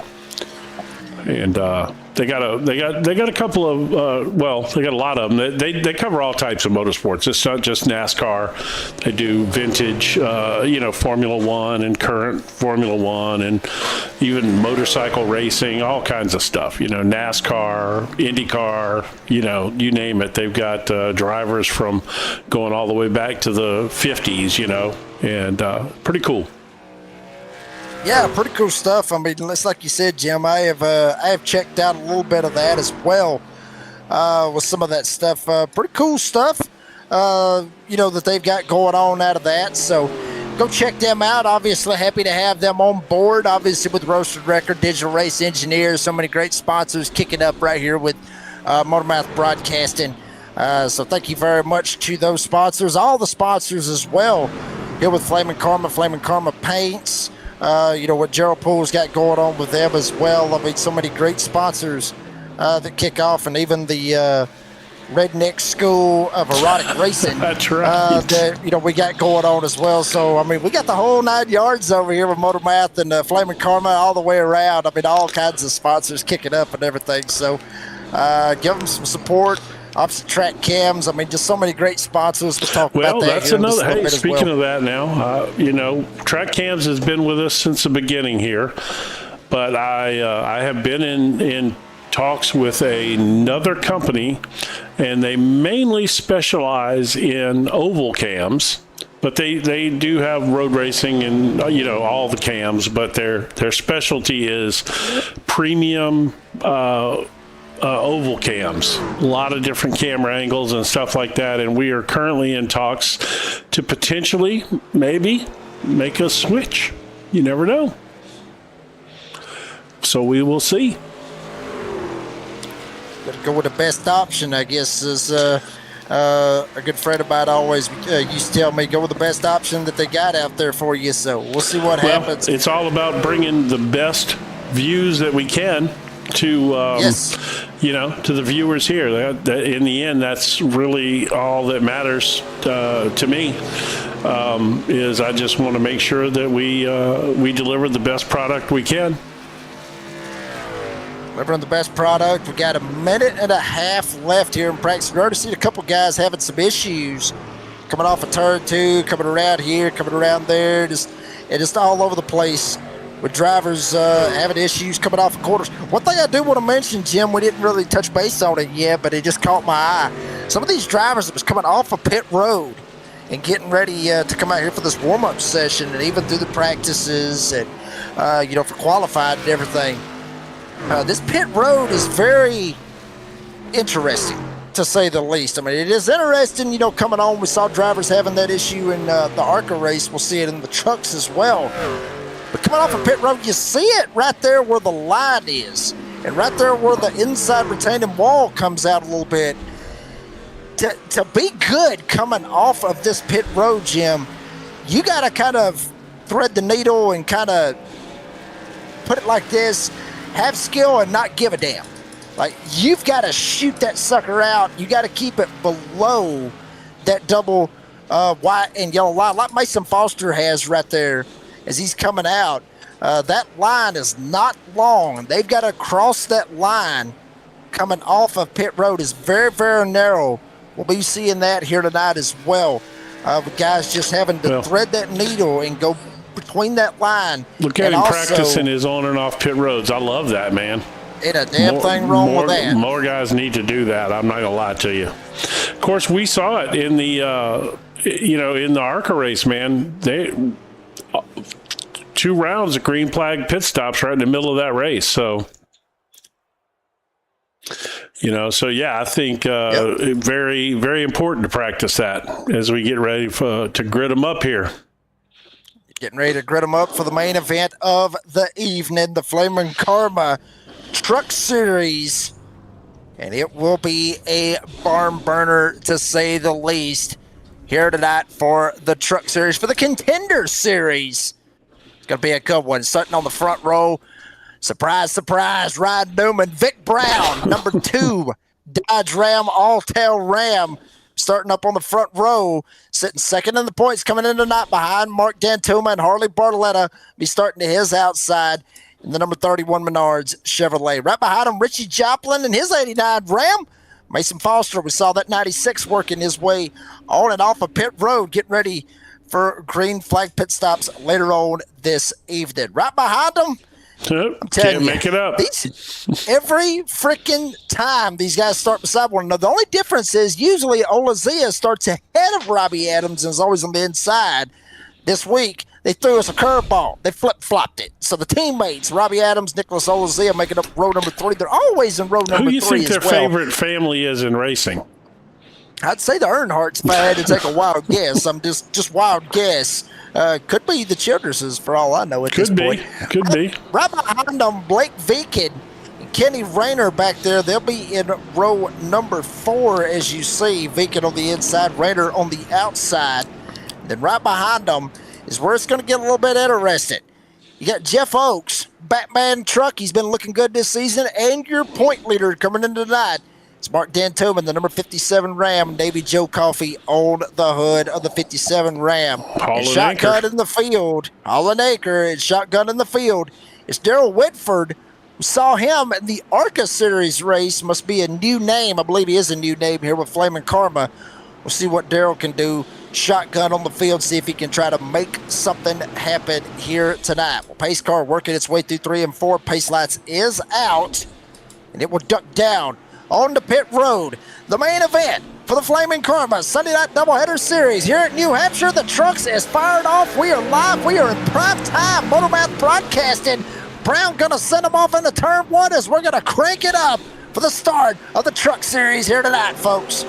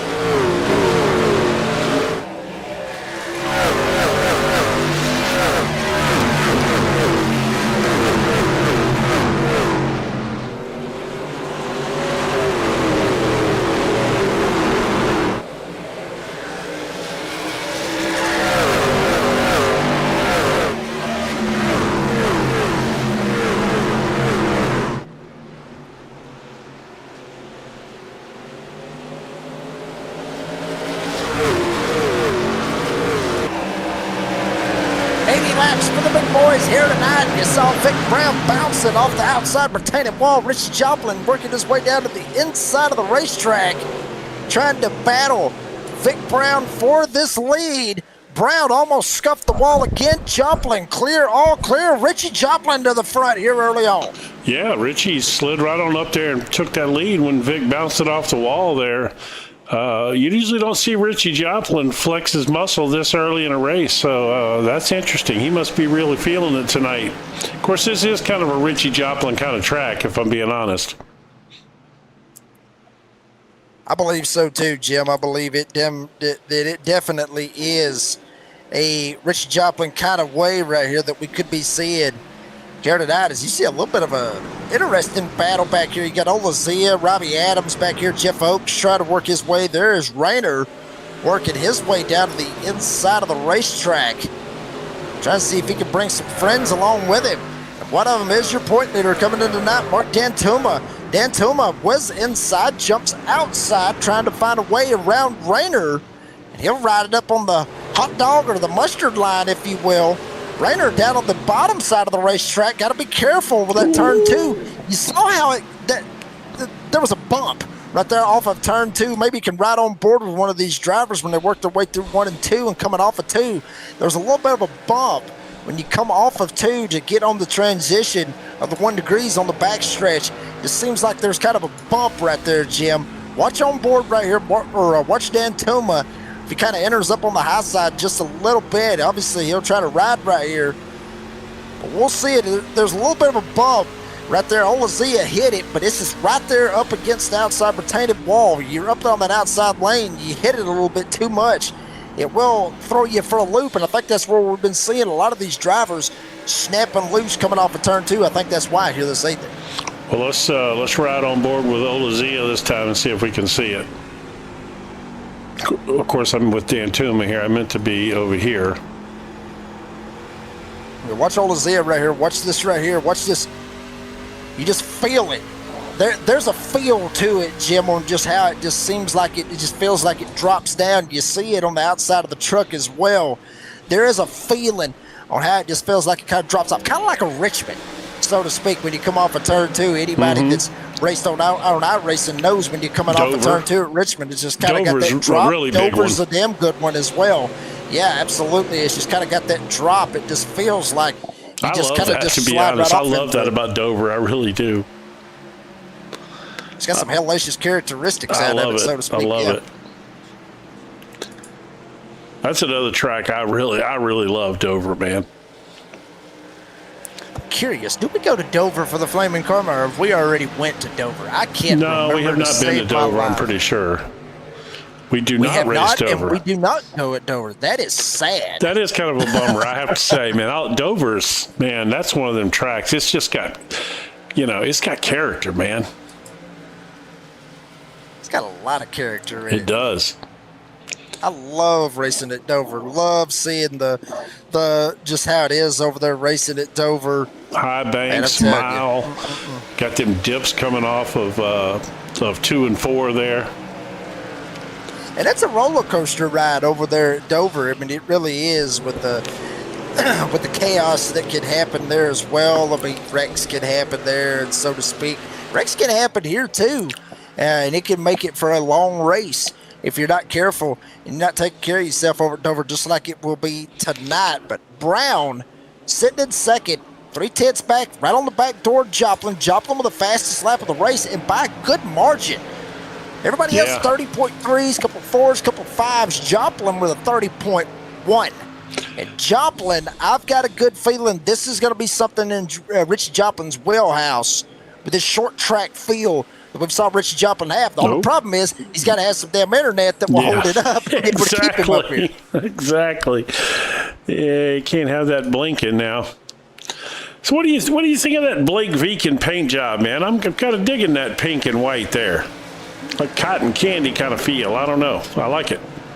Yeah, I got a Candy Crush kind of feeling, so to speak, I guess you could say on that. You trying to promote 18. That tea or what? Yeah. Yeah, trying to one way or another. Like I said, hell, I ain't going to get no royalties out of it, but, we'll see what we can do out of it, make it happen one way or another. But sell enough of that tea, your wife can pay that car note. Yeah, no kidding. But still working his way around Viken there as well. Holding it down. He's currently sitting in the 5th spot. He's got Barletta and Foster right in front of him, and even Jeff Oakes tried to latch on to this battle as well. But here's Vic Brown, and check it out. Kind of up top, down low, kind of a diamond in the corners, so to speak, that Vic Brown's trying to do. Just saw it right there in 1. Let's see if he does it in 3 and 4. Not the case this time. You'll see a lot of drivers. You'll see some drivers try to pull that strategy right there, Jim. Try to enter low, slide up, and then enter off the bottom, kind of diamond in the corner. We saw that in the ARCA race, too. Ryan Warp was kind of running that diamond-ish kind of line. He was entering high, but then he would turn it down here, just like that right there. He would turn it down in 1 and 2 to the bottom coming off of 2 there. I think that's probably a way to try to fight that loose off of 1 and 2. You don't see him do it as much on 3 and 4, but again, it's not as much of a problem in 3 and 4 with the loose off stuff. No, not entirely, Jim. So we'll see how that works out. Oakes now working his way down to the inside. Look at that. The Dark Knight is rising. Oh, there. Damn sure it is. Took that one. That was pretty rising bad. All the way. Trying to make, oh, good God, almost got Blake Viken right there coming off of the corner. Viken up top. Oaks almost ended up getting into him, almost set him. They're able to hold it together, and now Oaks, see him kind of sliding up to the top of the racetrack, working his way very, very close to the outside retaining wall, still trying to find a way around Blake Viken, sliding himself up into the top 5. He is currently tied with Mark Dantuma for the most spots gained. Nobody's really lost a whole lot. Nobody's really gained a whole lot, so to speak. Oaks and Dantuma, they're up 3. Viken up 2. Joplin up 2 as well. So Joplin really can't get the hard charger award here tonight unless all hell breaks loose for everybody. But I think he would be tickled to death to be up 2 and finish exactly where he is at. I'm pretty sure he would take up 2 for the end of the night and be just more than happy with first place overall there. And check this out, the funny thing about this, and I still can't believe I'm fixing to say this, but the biggest losers, if there was any, Jim, is 2 drivers. They're both down 3 spots. Take a wild guess who the hell both of them is. It's Robbie Adams and Nicholas Olazia. Literally, the teammates, they are beside each other all the time. You can't make it up. No. I mean, I guarantee you, if Robbie Adams was leading this race, Olazia would be right up his tailgate. Literally, both of them be 1-2 just trucking and rolling. They would be. I don't disagree with that at all. I would have to agree with you there. They do seem to do that. Which, I mean, it's a good thing, I guess, Jim, you know, if you want to try to race with your teammate, especially like a track like Michigan. Next week, to have drafting partners here with the Truck Series, you want to be able to draft with somebody, because that is going to come down to some drafting, some momentum, and everything else in that nature, kind of like a super speedway, and much like Talladega, which is where we'll be later on in the year. So, yeah, I mean, you kind of want to be able to have somebody. Damn, Oaks just said, screw this. He had enough of racing behind Viken. Sends it in hard. He's laying it on him, man. Holy cow. Damn, they are still door banging. Viken may actually have a little take an issue to that. Dark Knight Rises, rose to the occasion and rose right in front of Viken. He wrecked him too.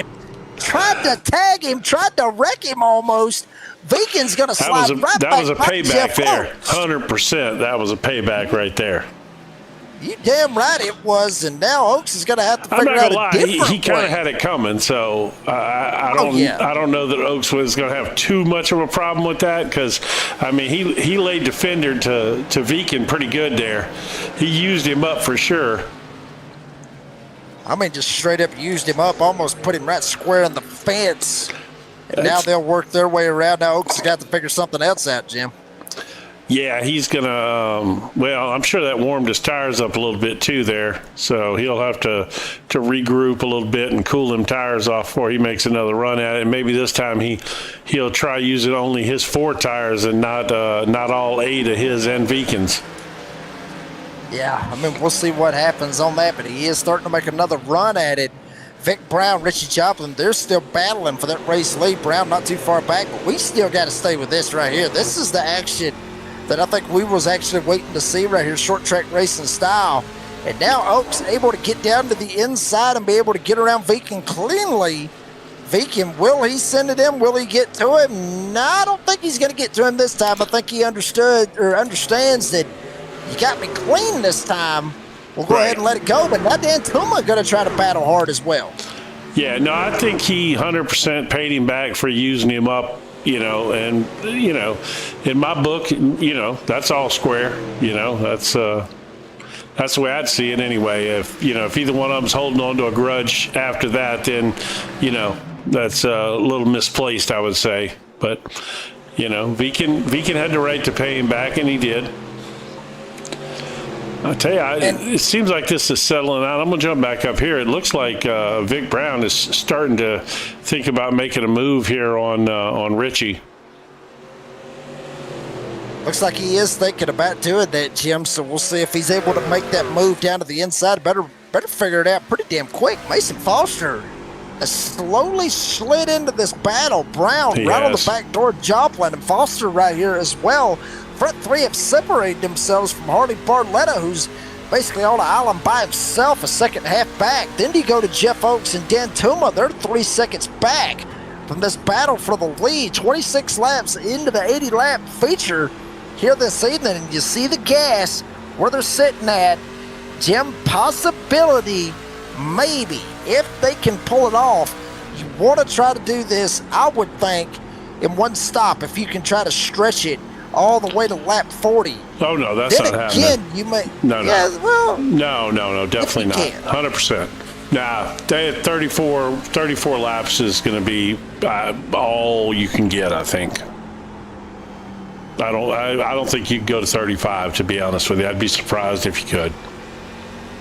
we'll see what happens. It will be a two-stopper for the trucks, as it was for the ARCA series. Yeah, it was a. So we'll see what happens. I mean, to be honest with you, I hope they're both green flag pit stops, just to make it fun, you know. It will make it interesting. And what will they do? Will they decide, Jim, to flip it and do two tires or something like that, like what we saw in the ARCA series race, where you take two they're tires coming in and do already, it look. something like that. Here we go. Teammates are in. Hot damn teammates going on in. Olazia and Robbie Adams electing to go in front to tail, literally, as they work their way down right here on lap 28. We'll see what the rest of these drivers do, as Foster was able to get around Brown. Yeah, I'm trying to see what happened there. Now. Okay, did he just let him go? Let me see real quick. I want to go back and see here.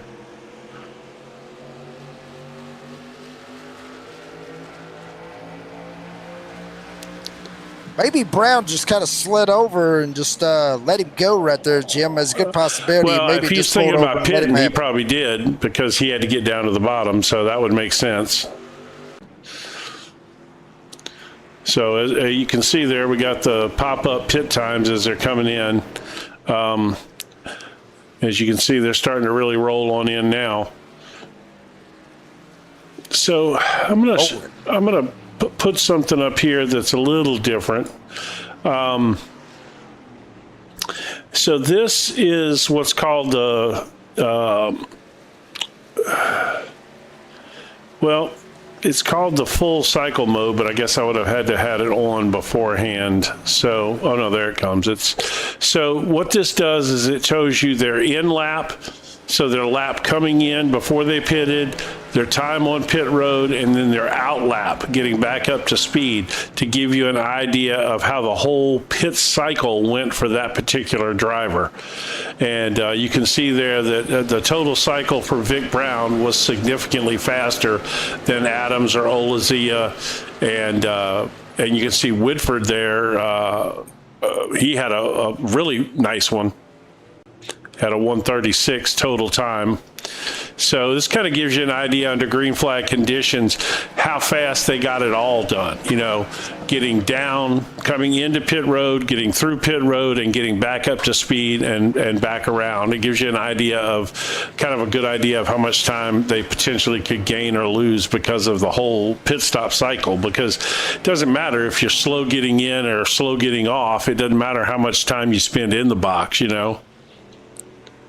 No, it does not. I mean, you want to try to make it happen. As front four, they have went down. Barletta, Joplin, Feek, and Rayner. Foster now trying to work his way around, and looks like Foster will assume the race lead. A little bit ahead of Brown and Joplin as well. So Mason Foster up 3 spots. Dan Tuma, look at this. Yeah. Dan Tuma has started at the back of the field. He has worked his way up here and slid right into that third there you spot. go. Look at who's on top of the time cycle, though, for the pit road.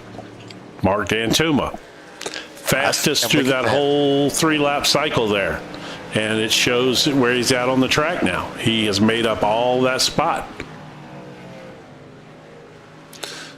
What he's got to do, obviously, Mark Dantuma has slid on up here, made it happen as far as the pit cycle goes.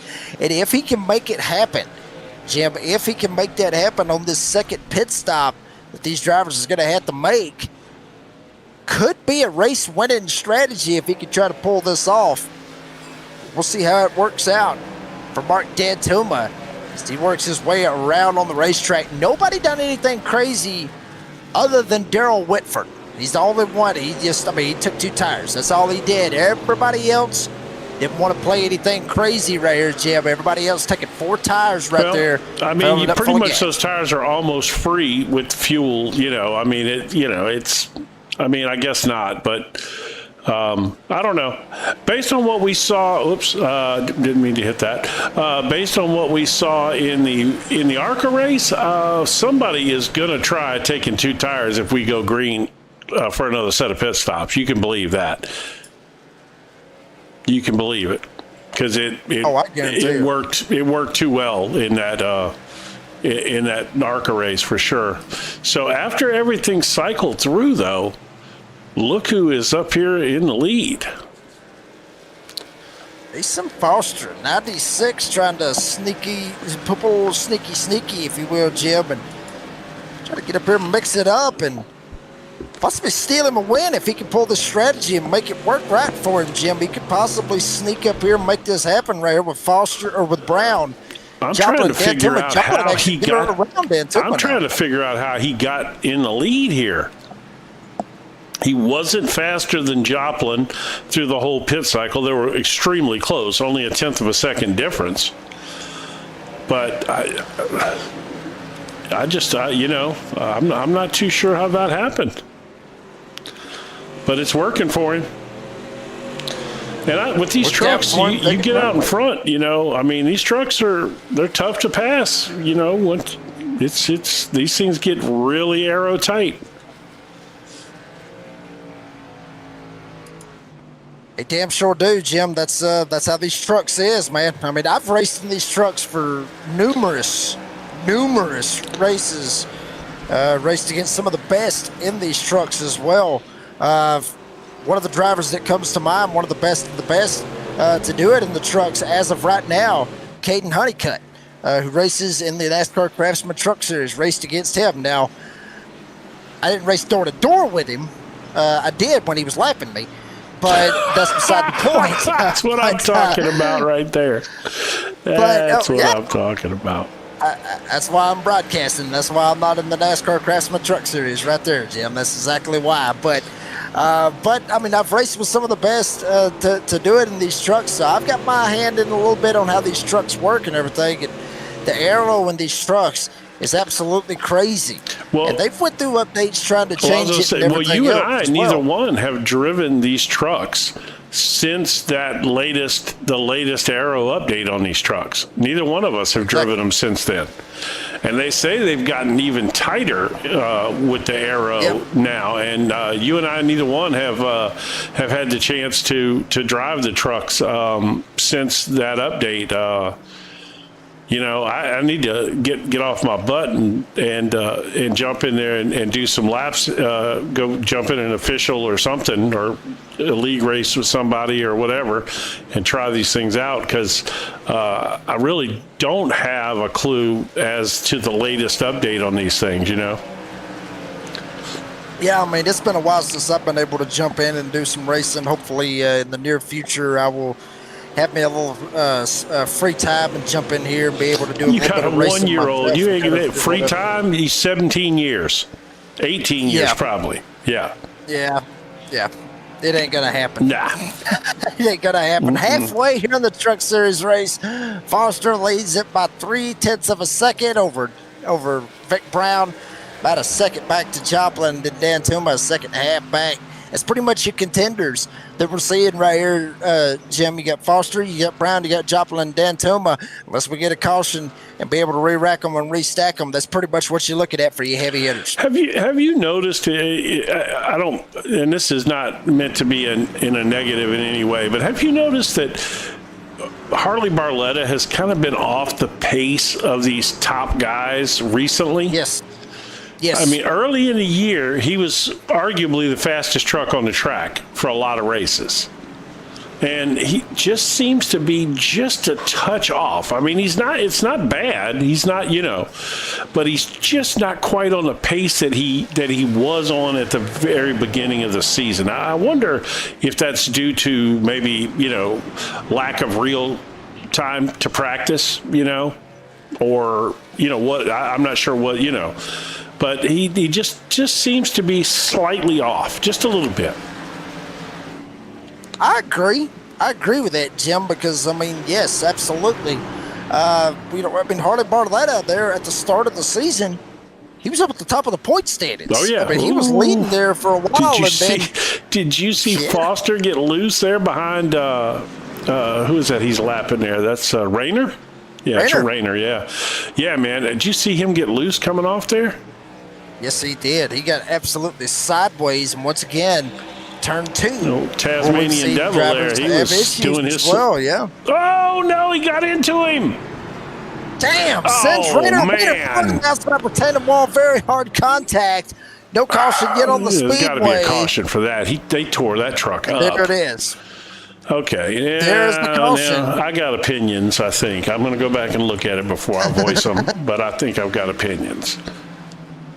Yeah, I mean, he sent it in there way too hot, and he just wrecked him. I mean, you see it any different than that? Yeah, I heard you take a deep breath like you was going to say something. Come on. Okay. Do you see it any different? Look at this right here.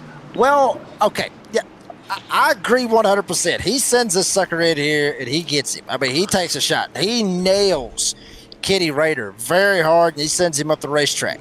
Now, am I going to defend him? Kinda. I'm going to defend Foster just a little bit. When you are the race leader and you've got people behind you, 9 times out of 10, when you've got a lap truck in front of you or lap car in front of you, if you're in the ARCA, the Cup, Xfinity, or O'Reilly, or whatever the hell the name of it is now, when you got everybody behind you, your lap car, your idea is to move out of the way and give way to the lead lap cars. And I think Foster was probably thinking that maybe Rayner was going to slide up a little bit and give Foster the run down the inside. Once again, Foster was he was 2 lanes up Rayner off the bottom. But he was, maybe Foster was looking at it as Raiders giving me a line right here. Maybe he's pulling up out of the way. Now, 9 times out of 10, if you're going to give somebody a lane or iRacing, you tell them that you're going to let them go. Well, Foster probably didn't get the memo. He probably didn't hear Rayner say anything. Rayner probably didn't say anything, and he thought Rayner was just going to move out of his way and just let him have the spot. What you get? He sends it in hard, but Rayner does come down a little bit. He didn't even try to turn and go underneath him. He went in on the same line as him and just cooked it. I mean, again, I get it. It's a lap truck. Get the hell out of my way. I'm the leader of the race. I get all of that, okay? Right. But still, I'm not sitting here saying he's 100% innocent out of this whole deal. By no means. Do I think he's at fault? You're damn right I think he's at fault. I think Foster's probably going to get busted right here. They're going to penalize him. They should. He should get an EOL. He absolutely should get an EOL here.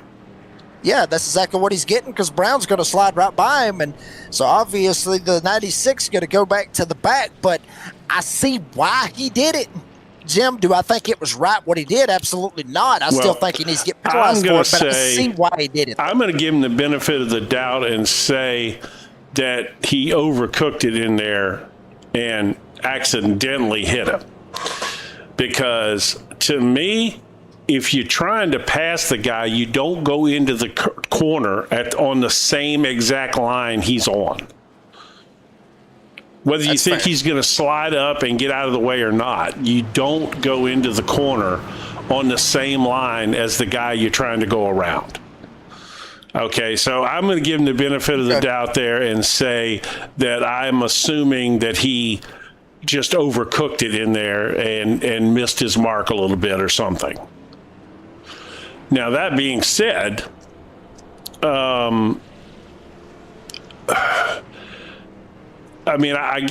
definitely deserved the EOL there. And, oh, God. He has done sped going down pit road, and he has got a black flag now. Talk about your race going to hell in a handbasket. No kidding. Oh, my God.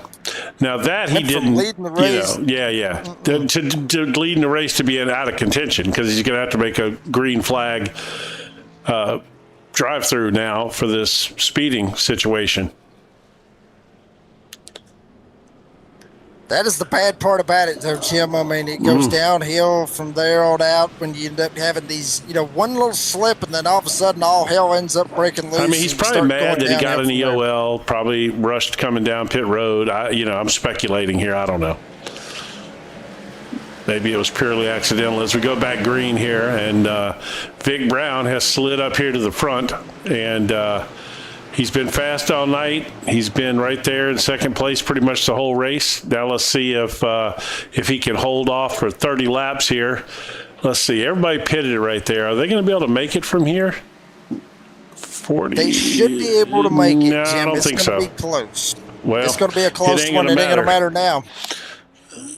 Harley Barletta, 31, having issues as well. Happened? We just mentioned him a second ago. 31 to Harley Barletta.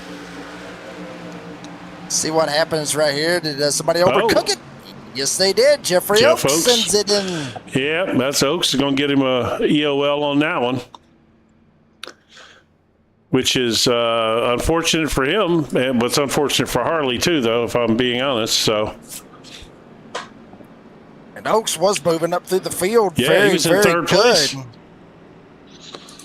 Now he's going to go backwards in a hurry as well.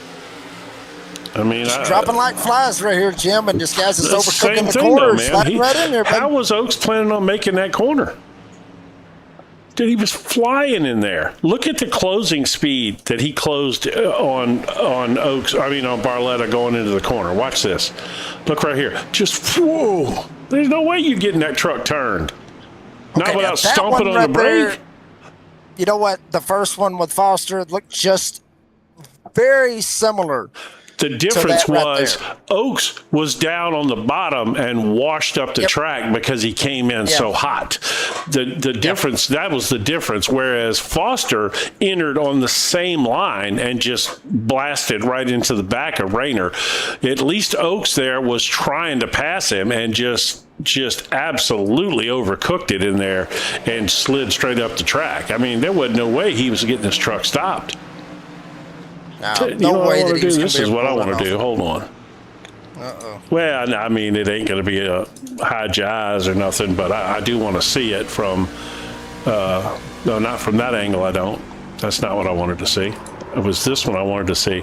Next time I'll be faster about it, and maybe I'll get it. Well, I did the same thing again. Don't mind me, folks.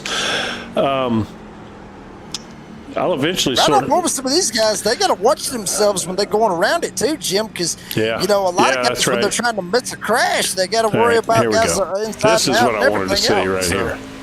All right, let's see what you got. I mean, look at that. Oh yeah, he missed that by a mile. Mile. You see him jerking the wheel to the left as hard as he can.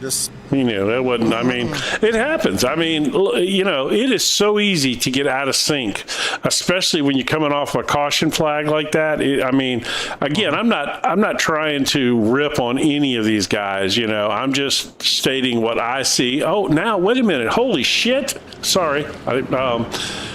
Now Oaks has got a black flag. Mason Foster's got a black flag, unless the black flag is maybe that's race control issuing those black flags. I believe that's what it is, Jim. I believe that's exactly what it is. Race control is issuing these black flags. Yep, that's what's happening. To bust them on that. I think that's exactly what it is. You get the black flag. Hey, jump up real quick. Jump up into the race control booth and get Gerald. Just find out from Gerald real quick and come back while we're under. Well, we're not. Never mind. We are back green, so never mind. Don't do it now. But that's what it is. It's race control issuing. I think that's what it is. Yeah, it's got to be, because that'd be too coincidental. Both of them speed on pit road. Which you see now. You see Foster coming in to serve his black flag, as is Oaks.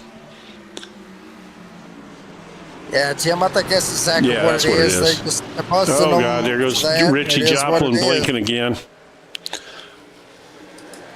And Richie's going to have to try to get that figured out. Yeah, he is. Jim, no kidding, because it puts you in a bad spot right there when you're around all these drivers. And, you're racing right there to get Dan Tuma around. You get Viken around. Brown's there as well. He don't know if he's fixing to get sent or not. With the blinking going on with 25 to go. Put you in a scary little spot right there, Look Jim. at Dan Tuma closing there, would you? I'll be just going for it, baby. Dan Tuma tried to go. Joplin tried to go as well. Looked down to the inside. Hey. Thought about it. Beacon Blake trying to hold on Beacon's to coming fourth. too. Look at him. He is closing, man. Beacon right there. The Mexican caution, once again, is out. I don't know what caused that one. Possibly Jeff Oakes Did he? in the 30, maybe. I don't know. Let's see. He might have parked it. Oh. Yeah, looks like he might have. Well, I hope that wasn't out of anger. Because if he felt like that was undeserved, I hate to break the news to him. Then again, it might have been Foster. It was somebody back here in the back, I believe it was. It was somebody back here in the back, Jim.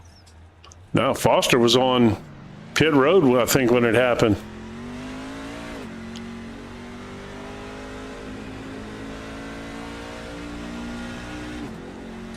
Let me just double check that. Yeah, no, Foster was on pit road when it happened.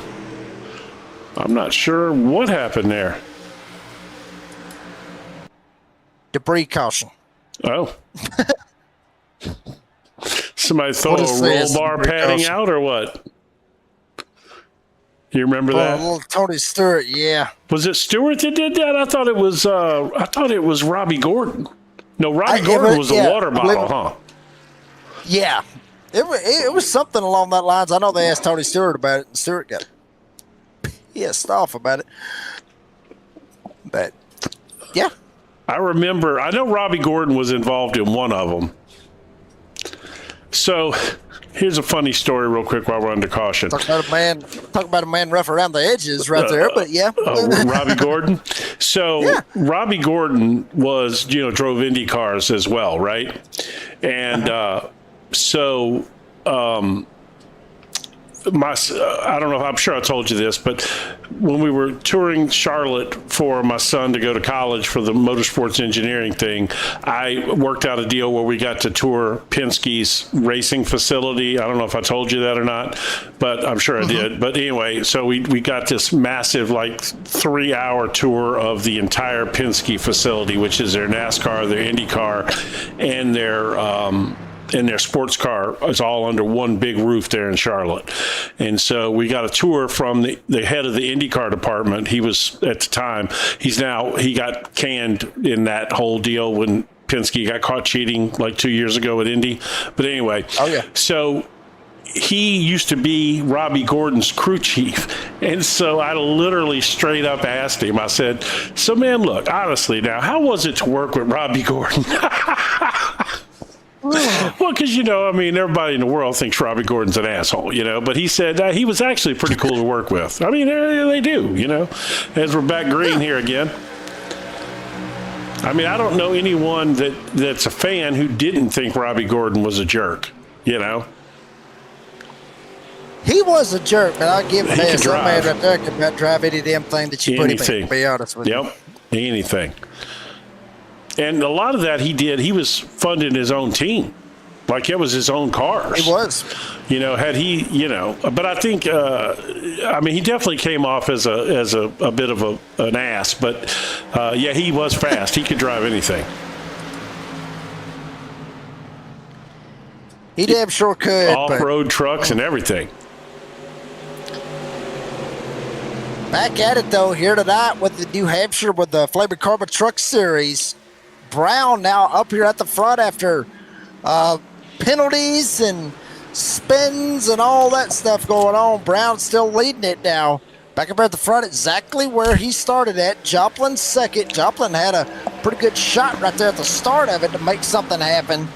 Barletta has found himself back up here in the third spot. Remember, Barletta got spotted a while ago, but there's no fast repairs. So whatever he's got, he's had to work on his truck, fix it, get it back out there and get back going, Jim. So obviously no fast repairs. It doesn't have the perfect truck or anything like that. Dan Tuma going to send it right behind him and take a shot, go down below Blake Beacon. Trying to make a pass for fourth, not able to do it with the run on the outside for Beacon. There's 18 laps to go.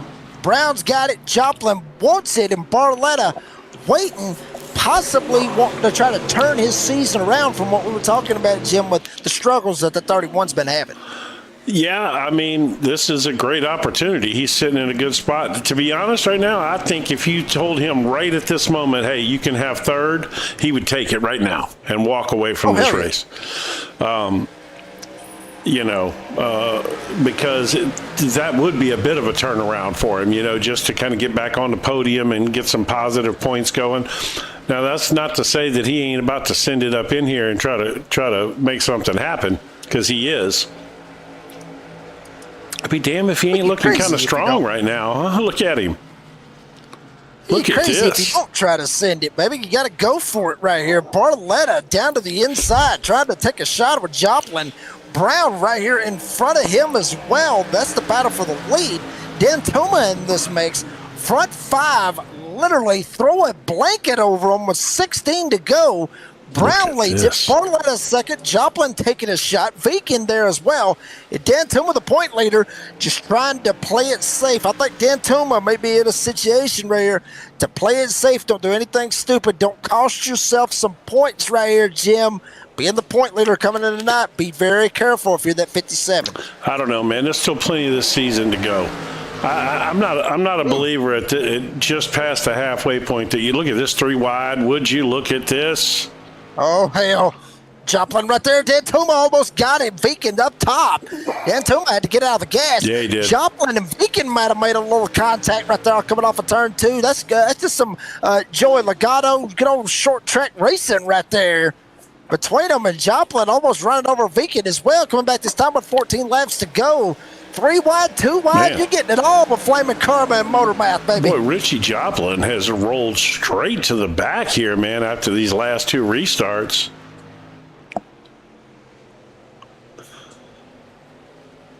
Not sure exactly what's going on with that 89. Very curious about that. He was one of the drivers that I would have took a pick to possibly win this race right here, Jim.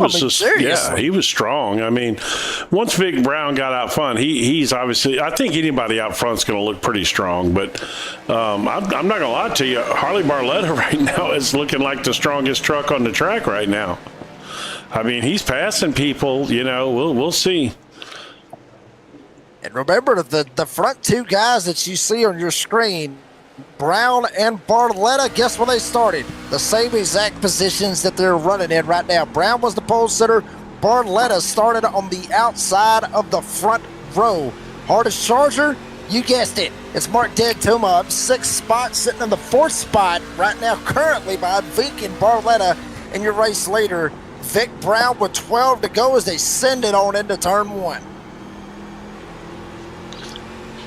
Interesting there, just watching the way he closed up in the center of the corner there.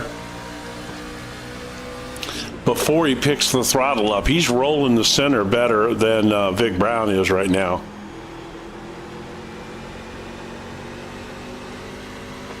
Barletta's got to be thinking, yeah, go ahead, Jim. No, I was going to say, you can hear him feathering that throttle, picking it up. Look at this. Oh, he cooked it in there a little hot there.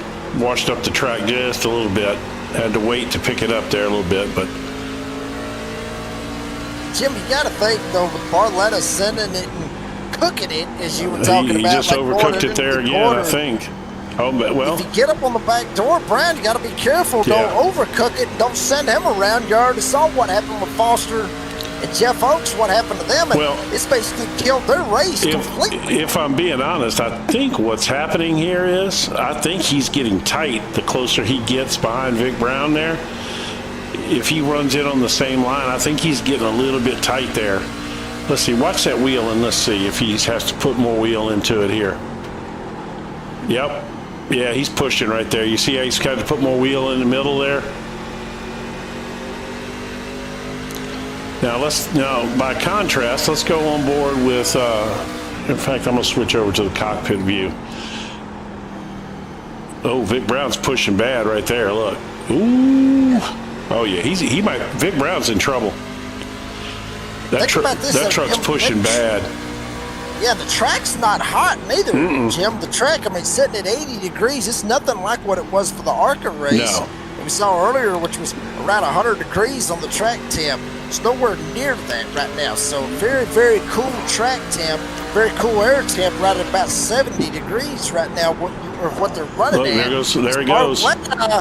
Oh, damn. He sees the time is now. Harley Barletta down to the inside. Watch this right here. Watch the bam. There it was. A little bit of a pop right there as you're coming off of turn number 2. Look at Dan Side by Tuma. side, door to door. Dan Tuma going to send it to the inside. May see blood in the water, smell blood in the water, rather. And Beacon says, screw it. Let's take it 3 wide, take a shot. Not able to do it. Dan Tuma will go to second. Beacon now going to try to go for third. Vic Brown had the damn lead, and now he's already going to slide back into the 4th spot. I could see it though with Brown. You could see that truck was pushing bad, man. He was that right front. His right front's not in good shape at all. I don't see him making a comeback here in 7 laps. Not with that right front acting the way it was acting. You can see he's taking it way up the track now, trying to keep the tire underneath it, which is the first thing you do when that right front starts going away like that. I think he is destined to finish right about where he's at, and he may even get passed by Joplin here. Nobody's still trying to send it, still trying to make it happen any way that he can right here. Jim, he's just got to hold on as Dan Tuma slides by Barletta, takes hold of the race lead. Literally from the back to the front, didn't qualify or nothing. That's your point leader for you right there, Mark Dan Tuma.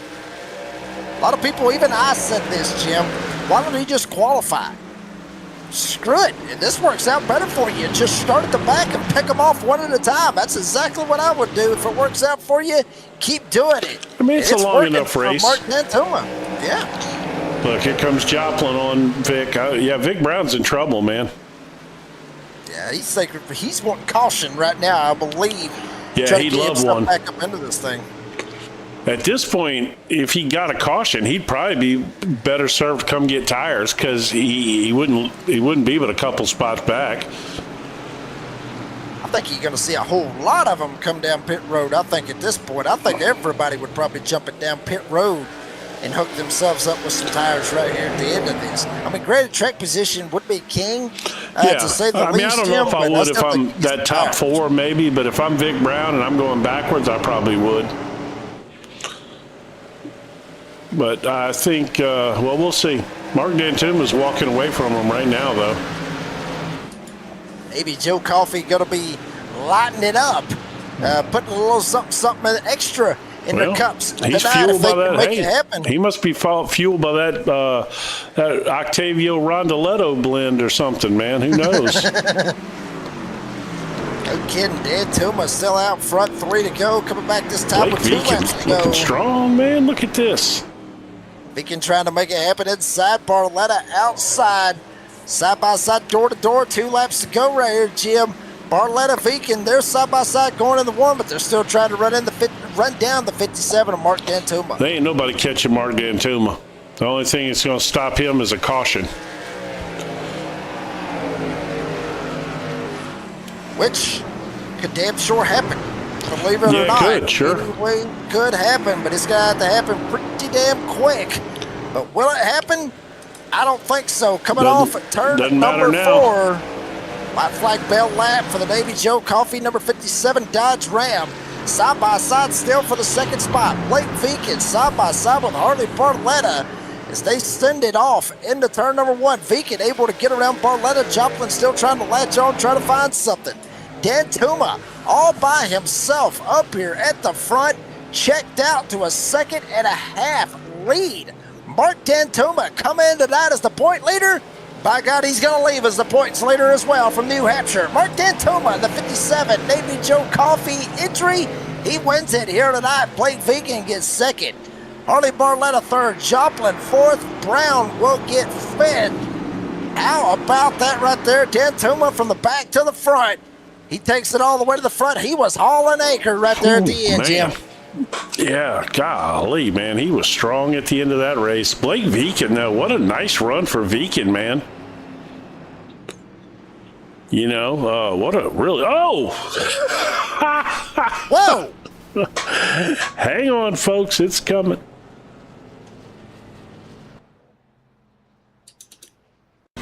Well, by all means. Is there beef, or did they just completely blow that going? Oh, wow. I think they were playing. They may be playing. Oh, no, we're going to find it. Yeah, we're going to find out, though. We will ask. No, that wasn't no beef. He's just playing. You know me. I like to start let's something see. Is one way or Dan Tuma another. celebrating? Let's see. What's he doing over there? No, just parked it. That's like a guy that's been there before. You know what I mean? Yeah, he's got it figured out. Get the Yep. pictures and everything else That's lined right. up with the truck. That's right. Let me just park it here and do that. Let's get rid of this stuff here. And let's take a look at these results. See what we got here tonight for the main event tonight for Flaming Karma with the Truck Series here tonight at New Hampshire. 80 laps was on the books here tonight. Total of 81.94 laps, or miles, if you want to call it that. Screw it. It was 81 miles. We'll call it like we said. 3 green flag lead changes between 5 different leaders. 3 cautions for 10 total laps. Mark Dantuma was the hard charger, up 9 spots when he got the win. Joplin led the most laps, though, with 29, and he also had the fastest lap as well with Vic Brown starting on the pole. When it was all said and done, Mark Dantuma led 7 laps, and it was enough to take home the win here tonight. Blake Feakin will come home second. Harley Barletta, good bounce back for him. He will finish third. Talk to those drivers here in just a little bit. Richie Joplin will come home with fourth. Vic Brown, damn, just overcooked the tires a little bit, Jim, like you were talking about, and I think it is what costed him here this evening. He will finish in P5 here tonight. Nicholas Olazia, 6th. Believe it or not, Robbie Adams finished right behind him, finished in 7th. Darrell Whitford will finish in 8th. Mason Foster will finish 9th, and Jeff Oakes will finish 10th. Foster and Oakes had their issues earlier on here in the race, with Kitty Rayner finishing in 11th here this evening. Well, let's bring them on up, see what's going on with some of these guys. And your point leader coming in tonight, he's going to leave with a point lead as well. And that is Mark Dantuma, bringing him on up here for number 57 Ram for Navy Joe Coffey. Mark, buddy, you get the point lead. You're going to leave with a point lead. You come home with a win. I mean, literally, you were, like you say, hauling anchor right there at the end, buddy. Congratulations. Thank you. Yeah, definitely taking those tires on that last caution paid off, because there wasn't a big difference between the 2 sets, but it was enough to get me out front. Yeah, man, that was a really, really impressive last segment from you. I mean, you just kind of, took your time working your way up through there. You didn't press the truck. You didn't put yourself in really any peril the whole way around, and you really just, you clearly were the strongest truck on track there at the end, though. I mean, you left them they were fighting behind you a little bit there, but you sure left them wanting a little more there. About almost a second and a half gap at the close of the race there. That was pretty impressive. Yeah, I usually just try and take my time at the beginning stages, watch out for the chaos. Don't really start pushing until you get closer to the end, because that's when the pay window opens. That's right. Yeah, they don't pay you nothing for lap 1, do they? Nope, they don't. They should, but they don't. They don't. That's right. Oh, Mark Dantuma coming home with the win here tonight. As I mentioned, he had a 10-point lead coming into tonight, and I got a feeling it's going to grow after the win here tonight at New Hampshire. Mark, buddy, congratulations on the win here tonight. Appreciate your time. You got any sponsors, any shout-outs you want to thank before we let you go? Obvious shout out to Navy Joe Coffee Company for everything that they do. Holmes and Wisely PC, attorneys at law, Premier Power Washing of West Michigan, and Parrot Polish. And a big shout out to you guys. I really enjoy the broadcast, so thank you for what you do too. Well, we appreciate that. Yep. Yeah, we absolutely appreciate that. Where is my bottle of liquor? I ain't been able to talk for the past hour, it feels like, Jim. I'm going to need something. Some of that Navy Joe coffee is what you need. Exactly. I need that. I'll tell you what. I'll get some Navy Joe coffee. I'll throw a little liquor in it, and we'll be good to go. Hey, nothing wrong with a little liquor in your coffee now. Nothing wrong with that. would they be mad at me over at Navy Joe, Mark, if I did that? If I got me a little coffee and I put me a little liquor in it, would they frown upon that? Absolutely not. Nope. There's no problem. I mean, you look at people that ruin it by putting creamer in it. So at least if you're putting liquor and you put something good. So. Well, I can't say nothing. I put creamer in my own coffee when I get up in the mornings, but I mean, it is what it is. But Mark, buddy, congratulations all the way. Appreciate your time. We'll see you in Michigan next week, buddy. Thank you. That was Mark Dantoma. Navy Joe Coffee entry gets the win here tonight. We'll go to second place finisher.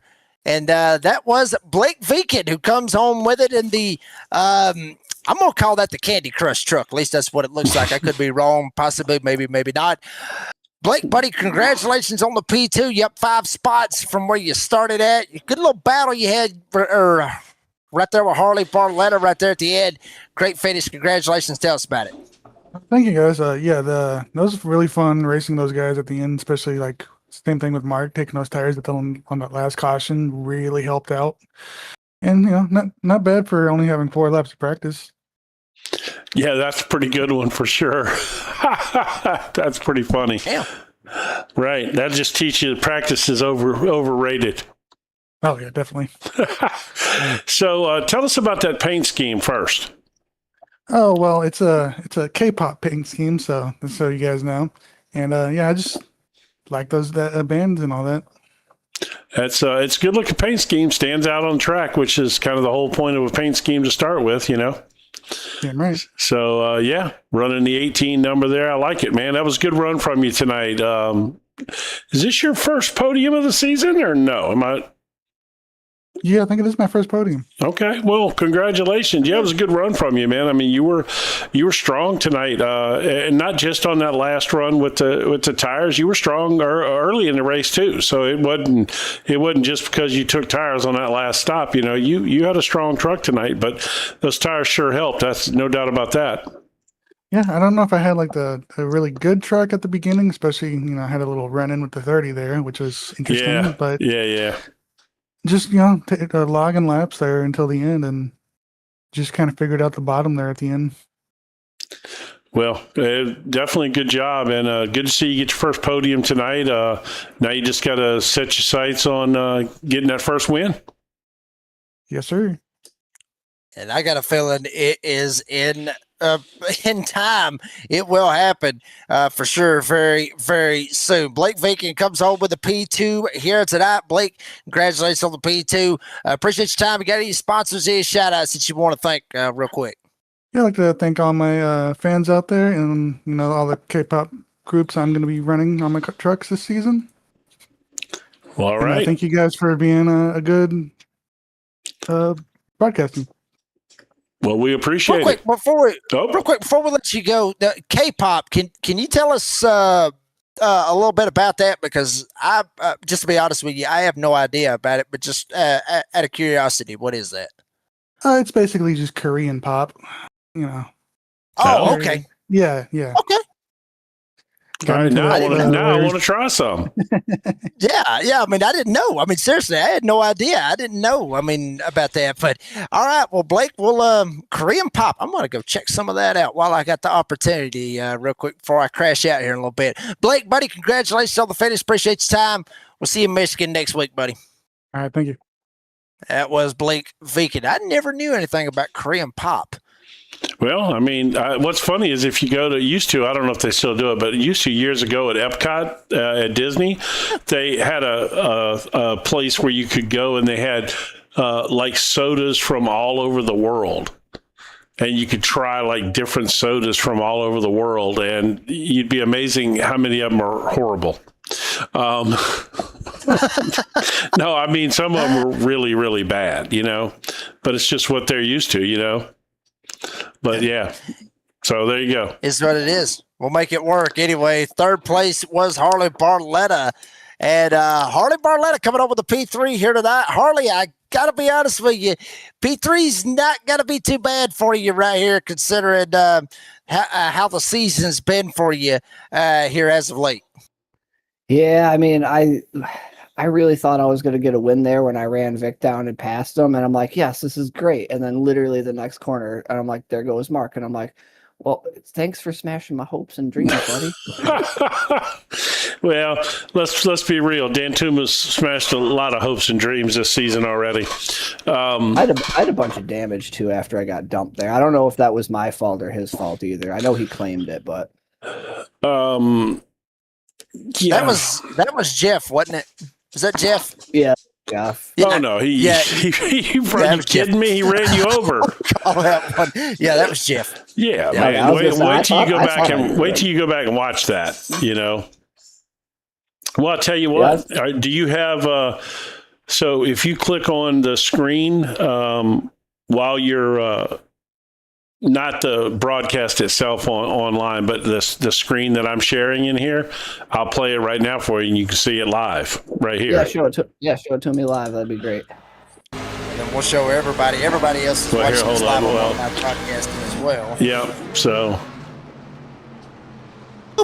Well, that was. Okay. Let I me do this. Hold on. I'm gonna go back to the angle that we looked at it on the race, and let's look at it again here, and we'll slow it down just a little bit, and I'll get rid of this thing off the screen here for a second so we can see it.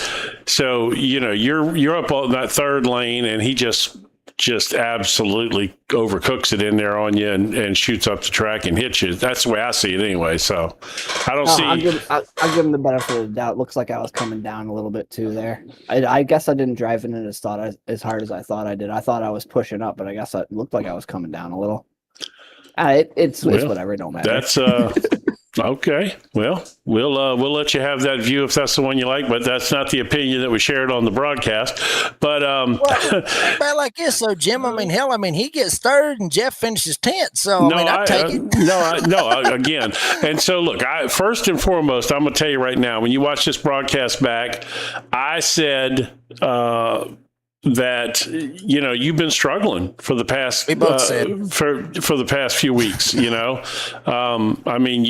started off this season like gangbusters, and you have seemed to be just slightly off the pace. And I don't know. Everybody caught up, man. Well, that's what I was going to say. I don't know. Did everybody catch up, or was it that maybe you haven't had the time to practice, or there's something that's caused you to lose a couple tenths? Yeah, it's mainly the tracks. Like, to be honest, I thought I was going to be terrible tonight. I thought I was going to run mid-pack, and I ran up in the top 3-4 most of the time until those cautions started coming, and then somehow rallied back and took the lead, which was awesome. Right.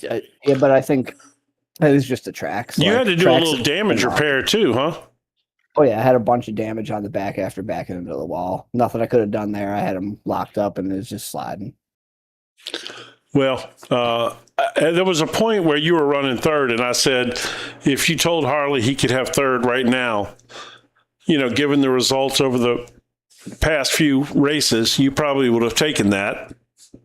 Yeah, but I couldn't, because Mark has the points lead now, and he just furthered that lead by he did, yes. How much more? Yeah, he just right. furthered that. But at least you righted the ship a little bit. You know what I mean? Like, you got some momentum now to build on. Oh yeah. And you were, and like you said, you were fast there.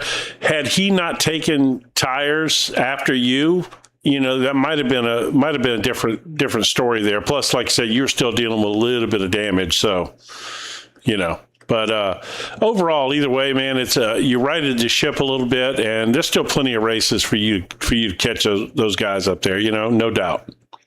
Oh yeah, most definitely. I want to thank you guys for the broadcast so much, because every time I watch these, they're so entertaining. Even if you're not talking about the racing, it's called Moving Off the Reason, Who, us? We always focus. We always focus on the racing. It's a trip, man. It's literally a trip. You guys do it. Well, we're pretty silly, so there's that. But look, man, congratulations again. I'm glad to see you got a podium here tonight, and I'm looking forward to you hitting a stretch of tracks that suits your comfort zone a little bit, and get you back up there fighting for this championship. No doubt. Can't wait for it. Big shout out to Flaming Karma and Navy Joe Coffee too. Those guys do a good bunch of stuff for us, Hey, damn sure do. Harley Barletta, buddy, congratulations on the podium here tonight. Good to see you back up here on the podium. Appreciate your time, buddy. We'll see you in Michigan next week. Yes, sir. Hopefully we'll be talking to you next week. See what happens. Harley Bartlett, see if he can make it happen next week at Michigan. What a race here now. What a pair of races, Jim. Obviously the doubles with the Sunday nights is always a pleasure. It's a staple of our week, when we're calling races, when we're working. Obviously it's a staple here with Motormouth Broadcasting, buddy. Always a pleasure working with you. Your final take on the evening, not just the truck race, but the evening itself. No, good fun, man. Two good races. A lot of green flag laps run there, green flag pit stops, which are always entertaining. Just another excellent week of racing from Flamin' Karma. I've come to expect it now. They've set a high standard, and they just have to keep living up to it. But it's always entertaining, man. And we literally had changes for the lead there in the last few laps, and it was kind of uncertain. That's all you can ask for, man. This was good stuff. That's about all you can ask for out of Flamin' Karma, because they always light it up. They always make it happen, as they always do each and every Sunday night. But congratulations, RMJ and Mark Dead-Tuma, for the wins on what they done here tonight, and extending point leads. Got a pretty good feeling. Point lead ain't going to really change in neither one of them when we get to Michigan next week, but certainly some great short track racing. And then we go to the 2-miler in Michigan next week, which will be a good one. But folks, that is going to do it for this broadcast here on Motormouth Broadcasting. Real quick, if you haven't yet, make sure you like and subscribe to Motormouth Broadcasting. Keep up with everything going on. Thank all the great sponsors. Racing Images, the new one coming on board here with Motormouth Broadcasting. Digital Race Engineers, obviously, the Roasted Record, Flamin' Karma Paints, all the big ones here with Flamin' Karma that make this league what it is. So appreciate all the great sponsors. Obviously, the big one, can't forget about them, Navy Joe Coffee Company, NavyJoe.coffee on the web. Make sure you enter Flamin' Karma. It's 2 words, Flamin' space Karma. Get you 10% off on your discount. So thank you very much, Navy Joe Coffee, for what they do. Alloy wheel repair specialist in the upstate of Greenville, South Carolina, and obviously Country Creations LLC, all the great sponsors that go on over here at Flamin' Karma. So thank you very much to the sponsors. Shout out to the drivers, both series, putting on a hell of a show. Fans, y'all come out big numbers supporting this great league. And obviously Gerald Poole for allowing us to come over here, be ourselves, entertain y'all, the fans. It's been a blessing. Can't wait to see what's going to happen next week. For Big Jim Cunningham, co-commentating and producing, and the owner of Motormouth Broadcasting, alongside of me, I'm the redneck announcer, Jake Reeves. And as always say, be safe, be kind, be fast. Michigan, next Sunday night. Good God Almighty. Super Speedway top racing with the ARCA and the trucks. It will not be denied. You do not want to miss it. Keep it right here. Like and subscribe. Keep it on Motormouth Broadcasting, where legends are created 1 quarter at a time. God bless y'all. We'll see y'all in Kid Rock's country in Michigan next week.